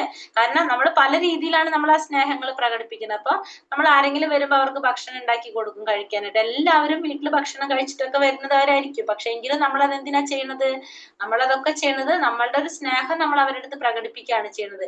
എന്തൊക്കെയാണ് കൊടുത്ത് നമ്മൾ അവരെ സ്നേഹിക്കേണ്ടത് നമ്മൾ നോക്കുക. അപ്പൊ ആ സമയത്ത് നമ്മൾ വീട്ടിലേക്ക് വരുമ്പോ നമ്മൾ അങ്ങനെ ചെയ്യാൻ നോക്കുക. എന്തുകൊണ്ടാണ് ഇതൊക്കെ നമ്മൾ ചെയ്യുന്നത്? അത് നമ്മൾ തമ്മിലുള്ള ഒരു ബന്ധം കൂട്ടാൻ വേണ്ടിയിട്ട്, അതിന്റെ ആക്കം കൂട്ടാൻ വേണ്ടിയിട്ട്, അത് സ്നേഹം വർദ്ധിപ്പിക്കാൻ വേണ്ടിയിട്ടാണ് നമ്മൾ ഇതൊക്കെ ചെയ്യുന്നത്. അല്ലെങ്കിൽ നമുക്ക് അതിന്റെ ഒന്നും ആവശ്യമില്ല. പക്ഷെ അങ്ങനെ തന്നെയാണ് ആരടുത്ത് ചെയ്യേണ്ടതും ഭഗവാന്റെ അടുത്ത് ചെയ്യേണ്ടതും.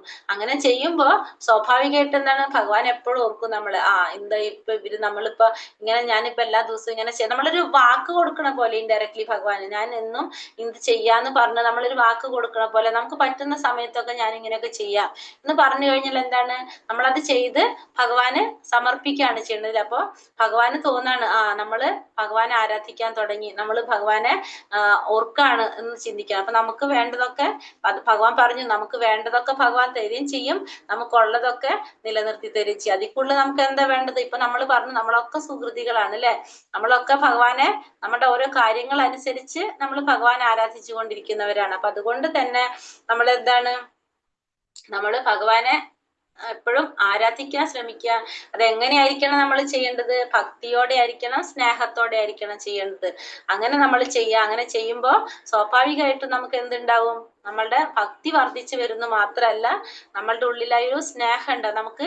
അല്ലെങ്കിൽ നമുക്ക് എന്താ ഉണ്ടാവുന്നത്? കാമമാണുള്ളത്. നമ്മളുടെ ഉള്ളിൽ എന്താണ്? ആഗ്രഹങ്ങൾ. ആ കാമം എന്തായിട്ട് മാറാണ്? നമ്മളുടെ പ്രേമമായിട്ട് മാറും. ഭഗവാനോടുള്ള പ്രേമം. നമുക്കിപ്പോ എന്തെങ്കിലും ഒരു കാര്യം നമുക്ക് നമ്മളുടെ ആഗ്രഹങ്ങൾ നമ്മളുടെ ഇഷ്ടത്തിന് നമ്മൾ അത് ചെയ്യുമ്പോൾ അത് നമ്മളുടെ കാമാണ്. പക്ഷെ നമ്മൾ അതിനെ എന്താക്കി മാറ്റണം? അതിനെ നമ്മൾ പ്രേമമാക്കിയിട്ട് മാറ്റണം. അതിന് ഭഗവാനോടുള്ള ഒരു പ്രേമമാക്കി മാറ്റുക. എന്തൊരു കാര്യം ഭഗവാന് വേണ്ടിയിട്ട് കണക്ട് ചെയ്യുമ്പോൾ അത് പ്രേമമായിട്ട് മാറും. നമുക്ക് വേണ്ടിയിട്ട് അത് ചെയ്യുമ്പോൾ എന്തായി മാറിയത്? കാമമായിട്ട് മാറി. കാമമാണ് നമ്മൾ എന്തിലേക്ക് കൊണ്ടുപോകുന്നത്? ക്രോധത്തിലേക്കൊക്കെ കൊണ്ടുപോകുന്നത്, അല്ലെ? കാമമാണ് നമ്മളെ നശിപ്പിക്കുന്നത്. പക്ഷെ അത് പ്രേമമായി കഴിഞ്ഞാൽ എന്തായി മാറി? അത് വേറൊരു ലെവലായി മാറി. അപ്പൊ നമുക്ക് എന്തുണ്ടാവുന്നില്ല? നമ്മളുടെ ആ ഒരു ക്രോധത്തിലേക്ക് പോകുന്നില്ല, നമ്മൾ ആ ഒരു സ്വഭാവത്തിൽ മാറ്റം വരികയാണ് ചെയ്യുന്നത്. അപ്പൊ അതുകൊണ്ട് നമ്മളെ പ്രവർത്തികൾ നമ്മൾ എന്ത് ചെയ്യണം? ഇന്ദ്രിയ വിഷയങ്ങൾ ഭഗവാനെ കണക്ട് ചെയ്യാൻ ശ്രമിക്കുക. അത് ചെയ്യുമ്പോൾ നമ്മളുടെ കാമം പ്രേമമായിട്ട് മാറും. അപ്പൊ സ്വാഭാവികമായിട്ട് നമ്മളിൽ പരിശുദ്ധി ഉണ്ടാകും. ഭഗവാനെ പ്രാപിക്കാനായിട്ട് സാധിക്കും നമുക്ക്. ഹരേ കൃഷ്ണ കൃഷ്ണ കൃഷ്ണ ഹരേ ഹരേ, ഹരേ രാമ രാമ രാമ ഹരേ ഹരേ. വഞ്ചാകൽപതരൂപേശ്ച കൃപാ സിന്ധോഭ്യേവ ച പതിതാനാം പാവനേഭ്യോ നമോ നമഃ. ഹരേ കൃഷ്ണ. ക്വസ്റ്റ്യൻ ആൻസർ നോക്കാം. ഹരേ കൃഷ്ണ. ഹരേ കൃഷ്ണ. എങ്ങനെയുള്ളവർക്ക് ഭഗവാനെ പ്രാപിക്കാൻ സാധിക്കില്ല എന്നാണ് ഭഗവാൻ പറഞ്ഞത്? ഭക്തിയുത സേവനത്തിൽ വിശ്വാസമില്ലാത്തവർക്ക് ഭഗവാനെ പ്രാപിക്കാനാവില്ല. അതുകൊണ്ട് അവർ ഈ ഭൗതിക ലോകത്ത് ജനന മരണങ്ങളുടെ വഴിയിലേക്ക് വീണ്ടും എത്തുന്നു. വീണ്ടും എത്തണം. അപ്പൊ ഭക്തിയുടെ സേവനത്തിൽ വിശ്വാസമില്ലാത്തവർക്ക് നമ്മളിപ്പോ വിചാരിക്കുകയാണ് ഇതൊന്നും ചെയ്തിട്ടൊരു കാര്യമില്ല, ഇതൊക്കെ ചെയ്യുന്നതുണ്ട്, എന്താ കാര്യം നമ്മൾ ചിന്തിക്കുകയാണെങ്കിൽ, അങ്ങനെ ചിന്തിച്ച് ചെയ്യുകയാണെങ്കിൽ നമുക്ക് എന്ത് ചെയ്യാൻ സാധിക്കില്ല? നമുക്ക് ഇത് ഭഗവാനെ പ്രാപിക്കാനായിട്ട്. കാരണം നമുക്ക് ആദ്യം എന്തുണ്ടാവണം? വിശ്വാസം ഉണ്ടാവണം, അല്ലെ? ആ വിശ്വാസം ഉണ്ടെങ്കിലാണ് നമ്മളിപ്പോ ഒരു മരുന്ന് കഴിക്കുമ്പോ, നമ്മൾ ഡോക്ടർ മരുന്ന് എഴുതിയിട്ട് മരുന്ന് കഴിക്കുമ്പോ ഇത് കഴിച്ചാൽ നമുക്ക് മാറുമോ എന്ന് വിഷമിച്ച് പേടിച്ച് കഴിക്കുമ്പോ അതിന്റെ ഫലം കുറയും നമുക്ക്.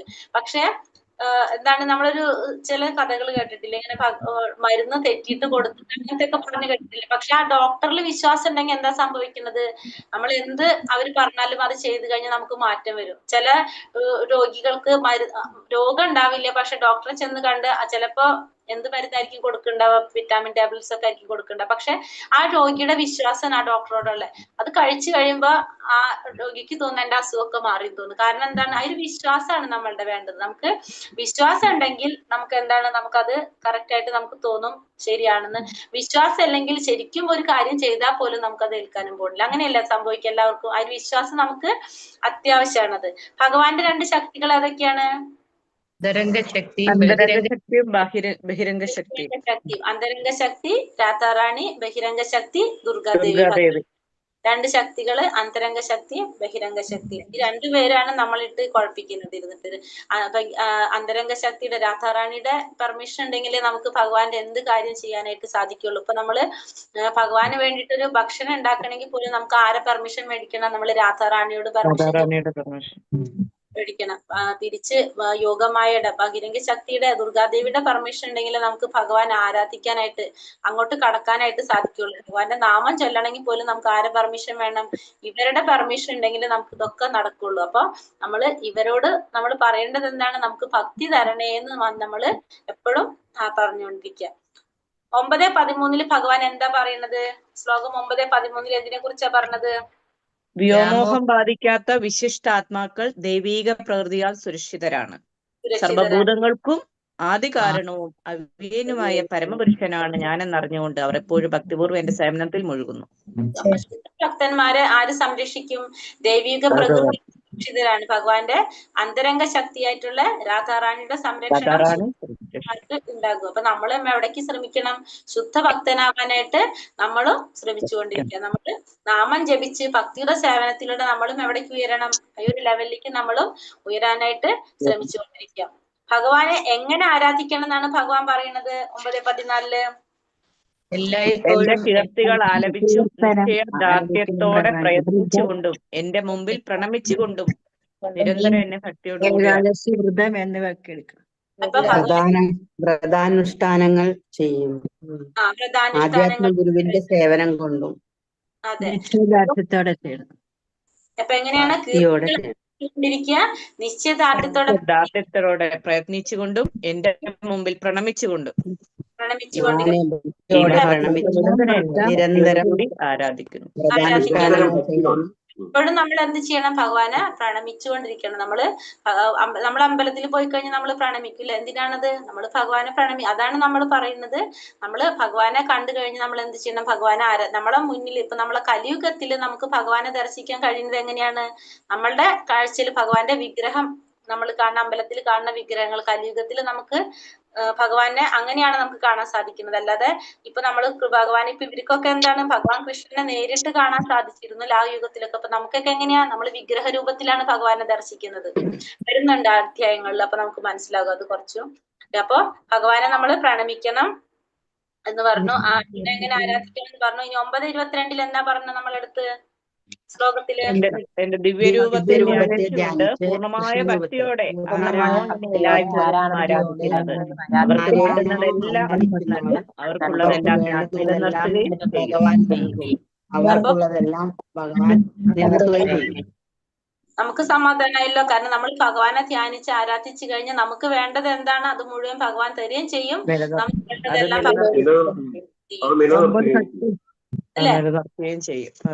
സമാധാനമാണ്. നമുക്ക് പേടിക്കേണ്ട ആവശ്യമില്ല. നമ്മൾ ഭഗവാനെ ആരാധിച്ചാൽ മാത്രം മതി. ഭക്തിയോടെ എന്ന് മാത്രം ഒരു ചെറിയൊരു ക്ലോസ് അവിടെ ഇട്ടിട്ടുണ്ട് ഭഗവാൻ. ഭക്തിയോടെ നമ്മൾ ഭഗവാൻ ആരാധിച്ചു കഴിഞ്ഞാല് നമുക്ക് എന്താണോ വേണ്ടത് അത് ഭഗവാൻ നമുക്ക് തരും. നമുക്കുള്ളത് ഭഗവാൻ നിലനിർത്തി തരുകയും ചെയ്യും. അപ്പൊ നമുക്ക് നമ്മൾ എന്തെങ്കിലും ചോദിച്ചിട്ട് കിട്ടണില്ല എന്ന് വെച്ചാൽ അതിന്റെ അർത്ഥം എന്താണ്? അത് നമുക്ക് വേണ്ടാത്തതാണെന്ന് മനസ്സിലാക്കാം. നമുക്ക് അതിന്റെ ആവശ്യമില്ലെന്ന് ഭഗവാൻ അറിയാം. നമുക്ക് ഓൾറെഡി എന്തെങ്കിലും എടുത്തിട്ടുണ്ടെങ്കിൽ അതിന്റെ അർത്ഥം എന്താണ്? അത് നമുക്ക് വേണ്ടാത്തതാണെന്ന് ഭഗവാൻ അറിയാം. അതുകൊണ്ടാണ് നമ്മൾ അത് മാറ്റിക്കളയുന്നതും. നമുക്ക് അതിന്റെ ആവശ്യമില്ല. ചിലപ്പോൾ അത് നമുക്ക് ദോഷത്തിനായിരിക്കും ഭഗവാൻ അറിയാം. അപ്പൊ അത് ഭഗവാൻ നമ്മളെന്ന് മാറ്റും. നമുക്ക് വേണ്ടത് എന്താണോ അത് ഭഗവാൻ തരും ചെയ്യും. അപ്പൊ നമ്മൾ എന്തും എപ്പോഴും നമ്മൾ മനസ്സിലാക്കുക, നമ്മൾ എന്ത് ചോദിച്ചാലും നമുക്കത് കിട്ടണില്ലെങ്കിൽ അതെനിക്ക് വേണ്ടാത്തതായിരുന്നു, അതെനിക്ക് നല്ലതല്ല എന്ന് ഭഗവാൻ അറിയുന്നത് കൊണ്ടാണ് നമുക്കത് തരാഞ്ഞത് ഭഗവാൻ, അല്ലേ? അത് നമ്മൾ മനസ്സിലാക്കുക. അങ്ങനെ നമ്മൾ ചിന്തിച്ച് നമ്മൾ പോയി കഴിഞ്ഞാല് യാതൊരു വിധത്തിലുള്ള പ്രശ്നങ്ങളും നമുക്ക് ഉണ്ടാവില്ല. കാരണം നമുക്ക് ടെൻഷൻ ഉണ്ടാവില്ല ഒരിക്കലും. കാരണം നമ്മളെ കാര്യങ്ങൾ നോക്കാനായിട്ട് ഭഗവാൻ ഉണ്ട് എന്ന് നമുക്കൊരു വിശ്വാസം ഉണ്ടെങ്കിൽ നമുക്ക് എന്താണോ വേണ്ടത് നമുക്കത് ഭഗവാൻ തരികയും ചെയ്യും.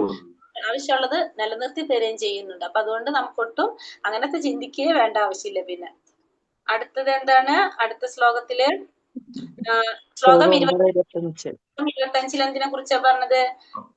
ദേവന്മാരെ ആരാധിക്കുന്നവർ ദേവന്മാരോടൊപ്പം ജനിക്കും, പിതൃകളോടൊപ്പം ജനിക്കും, ഭൂതപ്രേതാദികളെ ഉപാസകന്മാരാണ് അവരോടൊപ്പമാവും ജനിക്കുക. എന്നെ ആരാധിക്കുന്ന ഭക്തന്മാർ എന്നോടൊപ്പം ജീവിക്കും. അല്ല, അപ്പൊ ആരെയാണോ നമ്മൾ ആരാധിക്കുന്നത് അത് അവരെ കൂടെയാണ് നമ്മൾ പോണത്. നമ്മൾ ആ ലോകത്തേക്കായിരിക്കും പോകും. ഇപ്പൊ ദേവന്മാരെ ആരാധിക്കുന്നവരുണ്ട്, ഇപ്പൊ ദേവലോകത്ത് പോകും. പിന്നെ ഭൂതപ്രേതാദികൾ ആരാധിക്കുന്നവര് ആ ലോകത്തേക്കായിരിക്കും പോകുന്നത്.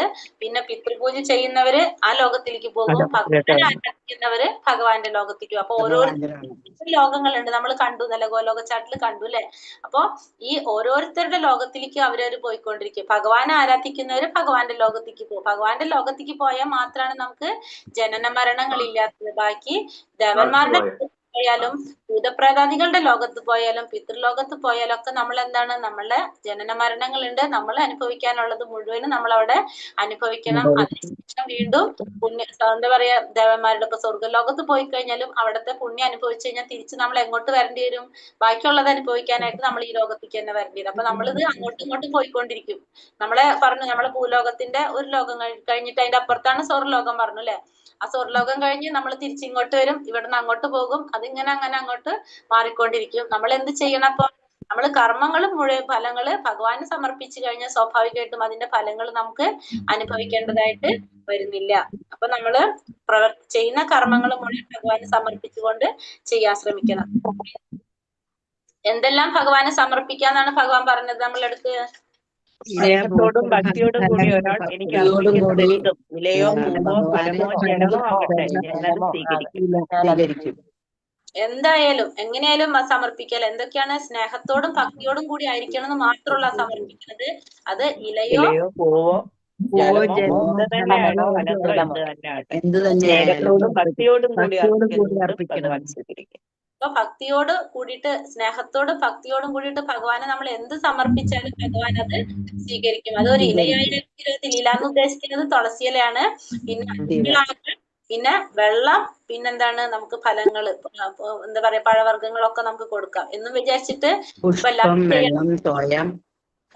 നമുക്ക് പറ്റുന്ന പോലെ ഇത് എല്ലാവർക്കും ചെയ്യാൻ സാധിക്കുന്ന ഒരു കാര്യമാണ് അല്ലെ? ഇപ്പൊ ഇത് ചെയ്യാനായിട്ട് ആരുടെ വീട്ടിലും വെള്ളം ഇല്ലാത്തൊരു വീടുണ്ടാവില്ല, തുളസി ഇല്ലാത്തൊരു വീടുണ്ടാവില്ല. അപ്പൊ തുളസിയും വെള്ളം നമുക്ക് സമർപ്പിക്കാനായിട്ട് സാധിക്കും.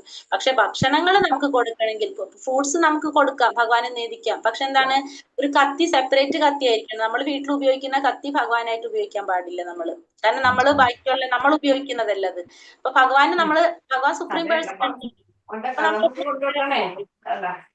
അപ്പൊ നമുക്ക് പഴവർഗ്ഗങ്ങൾ കൊടുക്കാം, അത് മുറിക്കാതെ വെക്കാം. അപ്പൊ പഴം മേടിച്ചിട്ട് നമുക്ക് അത് കഴുകി ഒരു തുളസിയില വെച്ചിട്ട് നമുക്ക് പഴം ഭഗവാൻ ഓഫർ ചെയ്യാൻ പറ്റും. മുറിക്കാതെ വെക്കാം. മുറിച്ചിട്ട് വെക്കുന്നതിന്റെ പ്രശ്നം വെച്ചാൽ ഇപ്പൊ നമ്മള് നോൺ വെജ് ഒക്കെ കഴിക്കുന്ന വീടാണെങ്കിൽ എന്താണ്, നമ്മൾ അങ്ങനത്തെ സംഭവം കൂട്ടി നമ്മൾ ഉപയോഗിച്ചുകൊണ്ടിരിക്കുകയാണെങ്കിൽ നമ്മൾ എന്ത് ചെയ്യാ, നമ്മൾ വേറൊരു കത്തി മേടിക്കുക, വേറൊരു പാത്രം മേടിക്കുക, ഭഗവാന് വേണ്ടിയിട്ട് വേറൊരു പാത്രം മേടിക്കുക. അതിൽ നമ്മള് മേടിച്ചിട്ട് അത് സെപ്പറേറ്റ് ഭഗവാൻ ഓഫർ ചെയ്തിട്ട് വീട്ടിലെല്ലാവർക്കും കൊടുക്കുക. കാരണം പ്രസാദം നമ്മൾ എല്ലാ ദുഃഖത്തിനും നമ്മളെ ശമിപ്പിക്കുന്നു പറഞ്ഞു. അപ്പൊ അത് പ്രസാദമായി ഭഗവാന്റെ, അത് വീട്ടിലെല്ലാവർക്കും കൊടുത്തിട്ട് കഴിക്കാം. അങ്ങനെ ഭക്ഷണങ്ങൾ വെക്കണമെങ്കിൽ നമുക്ക് കുറച്ച് ചിട്ടകളുണ്ട്. അപ്പൊ അത് നമ്മൾ ചെയ്തിട്ടേ ചെയ്യാൻ പറ്റുള്ളൂ. പക്ഷെ ഇത് നമുക്ക് ചെയ്യാൻ സാധിക്കും. നമ്മൾ കുളിച്ച് വന്ന ഒരു ഗ്ലാസ് വെള്ളം ഭഗവാന് വെക്കാം. പാല് വെക്കാനായിട്ട് കുഴപ്പമില്ല. പക്ഷെ പാല് വെക്കണമെങ്കിൽ നമ്മൾ ഈ സംഭവങ്ങൾ ഉണ്ടാക്കുന്ന വീട്ടിലാണെങ്കിൽ നമുക്ക് പാലും അടുപ്പത്ത് തന്നെയല്ലേ നമ്മൾ പാല് തിളപ്പിക്കുന്നത്. അപ്പൊ അതുകൊണ്ട് നമുക്ക് പാൽ ഓഫർ ചെയ്യാൻ സാധിക്കില്ല, അല്ലെങ്കിൽ പാലും കൊടുക്കാൻ പറ്റുന്നതാണ്. പക്ഷെ വെള്ളം തുളസിയിലിട്ടിട്ട് നമുക്ക് വെള്ളം ഓഫർ വെക്കാം. പിന്നെ പഴവർഗ്ഗങ്ങൾ, ഫ്രൂട്ട്സ് വെക്കാം. പക്ഷെ മുറിച്ച് വെക്കുന്നതിന്റെ പ്രോബ്ലം പറയുന്നത് പുതിയ കത്തി ആയിരിക്കണം. നമ്മൾ ഉപയോഗിക്കുന്ന കത്തി ഉപയോഗിക്കാൻ പാടില്ല. പിന്നെ ഒരു പാത്രം ഭഗവാന് സെപ്പറേറ്റ് കൊടുക്കണം. അതുകൊണ്ട് ഇത് ആരും ചെയ്യണം എന്ന് നിർബന്ധമില്ല. അതൊക്കെ പതുക്കെ നിങ്ങൾക്ക് സ്വയം തോന്നും, എനിക്കത് ചെയ്യണം എന്നുള്ളൊരു മൈൻഡ് വരുമ്പോ അപ്പൊ ചെയ്യാം. ഇപ്പൊ നമുക്ക് അങ്ങനെ ആഗ്രഹമുള്ളവർക്ക് ഭഗവാന് വെള്ളം കൊടുക്കാം. പിന്നെ ഫ്രൂട്ട്സ് മേടിച്ചിട്ട് അത് ഫുള്ളായിട്ട് വെക്കുക. അതിനുശേഷം നമുക്കത് മുറിച്ചിട്ട് മറ്റുള്ളവർക്ക് കൊടുക്കാനായിട്ട് സാധിക്കും. എന്താ പറയുന്നത്, ഭഗവാനെ പ്രാപിക്കണമെങ്കിൽ ഭഗവാനെ എങ്ങനെ ആരാധിക്കണം എന്നാണ് പറഞ്ഞത്? എന്നിൽ മനസ്സുറപ്പിക്കുക, ഭക്തനാവുക, എന്നെ ആരാധിക്കുകയും പ്രണമിക്കുകയും ചെയ്യുക. എന്നിൽ തന്നെ പൂർണ്ണമായി മുഴുകിയിരിക്കുന്നുണ്ട് നീ തീർച്ചയായും എന്നെ പ്രാപിക്കും. പ്രാപിക്കും. മന്മനാഭവ മത്ഭക്തോ മത്യാചീമാ നമസ്കുരു മാമേ വൈശ്യയുക്തൈവാത്മാനം മത്പരായണ. എന്നിൽ മനസ്സുറപ്പിക്കുക, എന്നെ ആരാധിക്കുകയും പ്രണമിക്കുകയും ചെയ്യുക. എന്നെ പൂർണ്ണമായിൽ എന്നിൽ ഒഴുകിയിരിക്കുന്നവർക്ക് എന്നെ പ്രാപിക്കാനായിട്ട് സാധിക്കുന്നു ഭഗവാൻ പറഞ്ഞു. പിന്നെ രാജവിദ്യ രാജഗുഹ്യം എന്നുകൊണ്ട് എന്താണ് ഉദ്ദേശിക്കുന്നത്? എന്താണ് ഇതിപ്പോ എന്തിനെ കുറിച്ചാ പറഞ്ഞത്? പ്രാർത്ഥന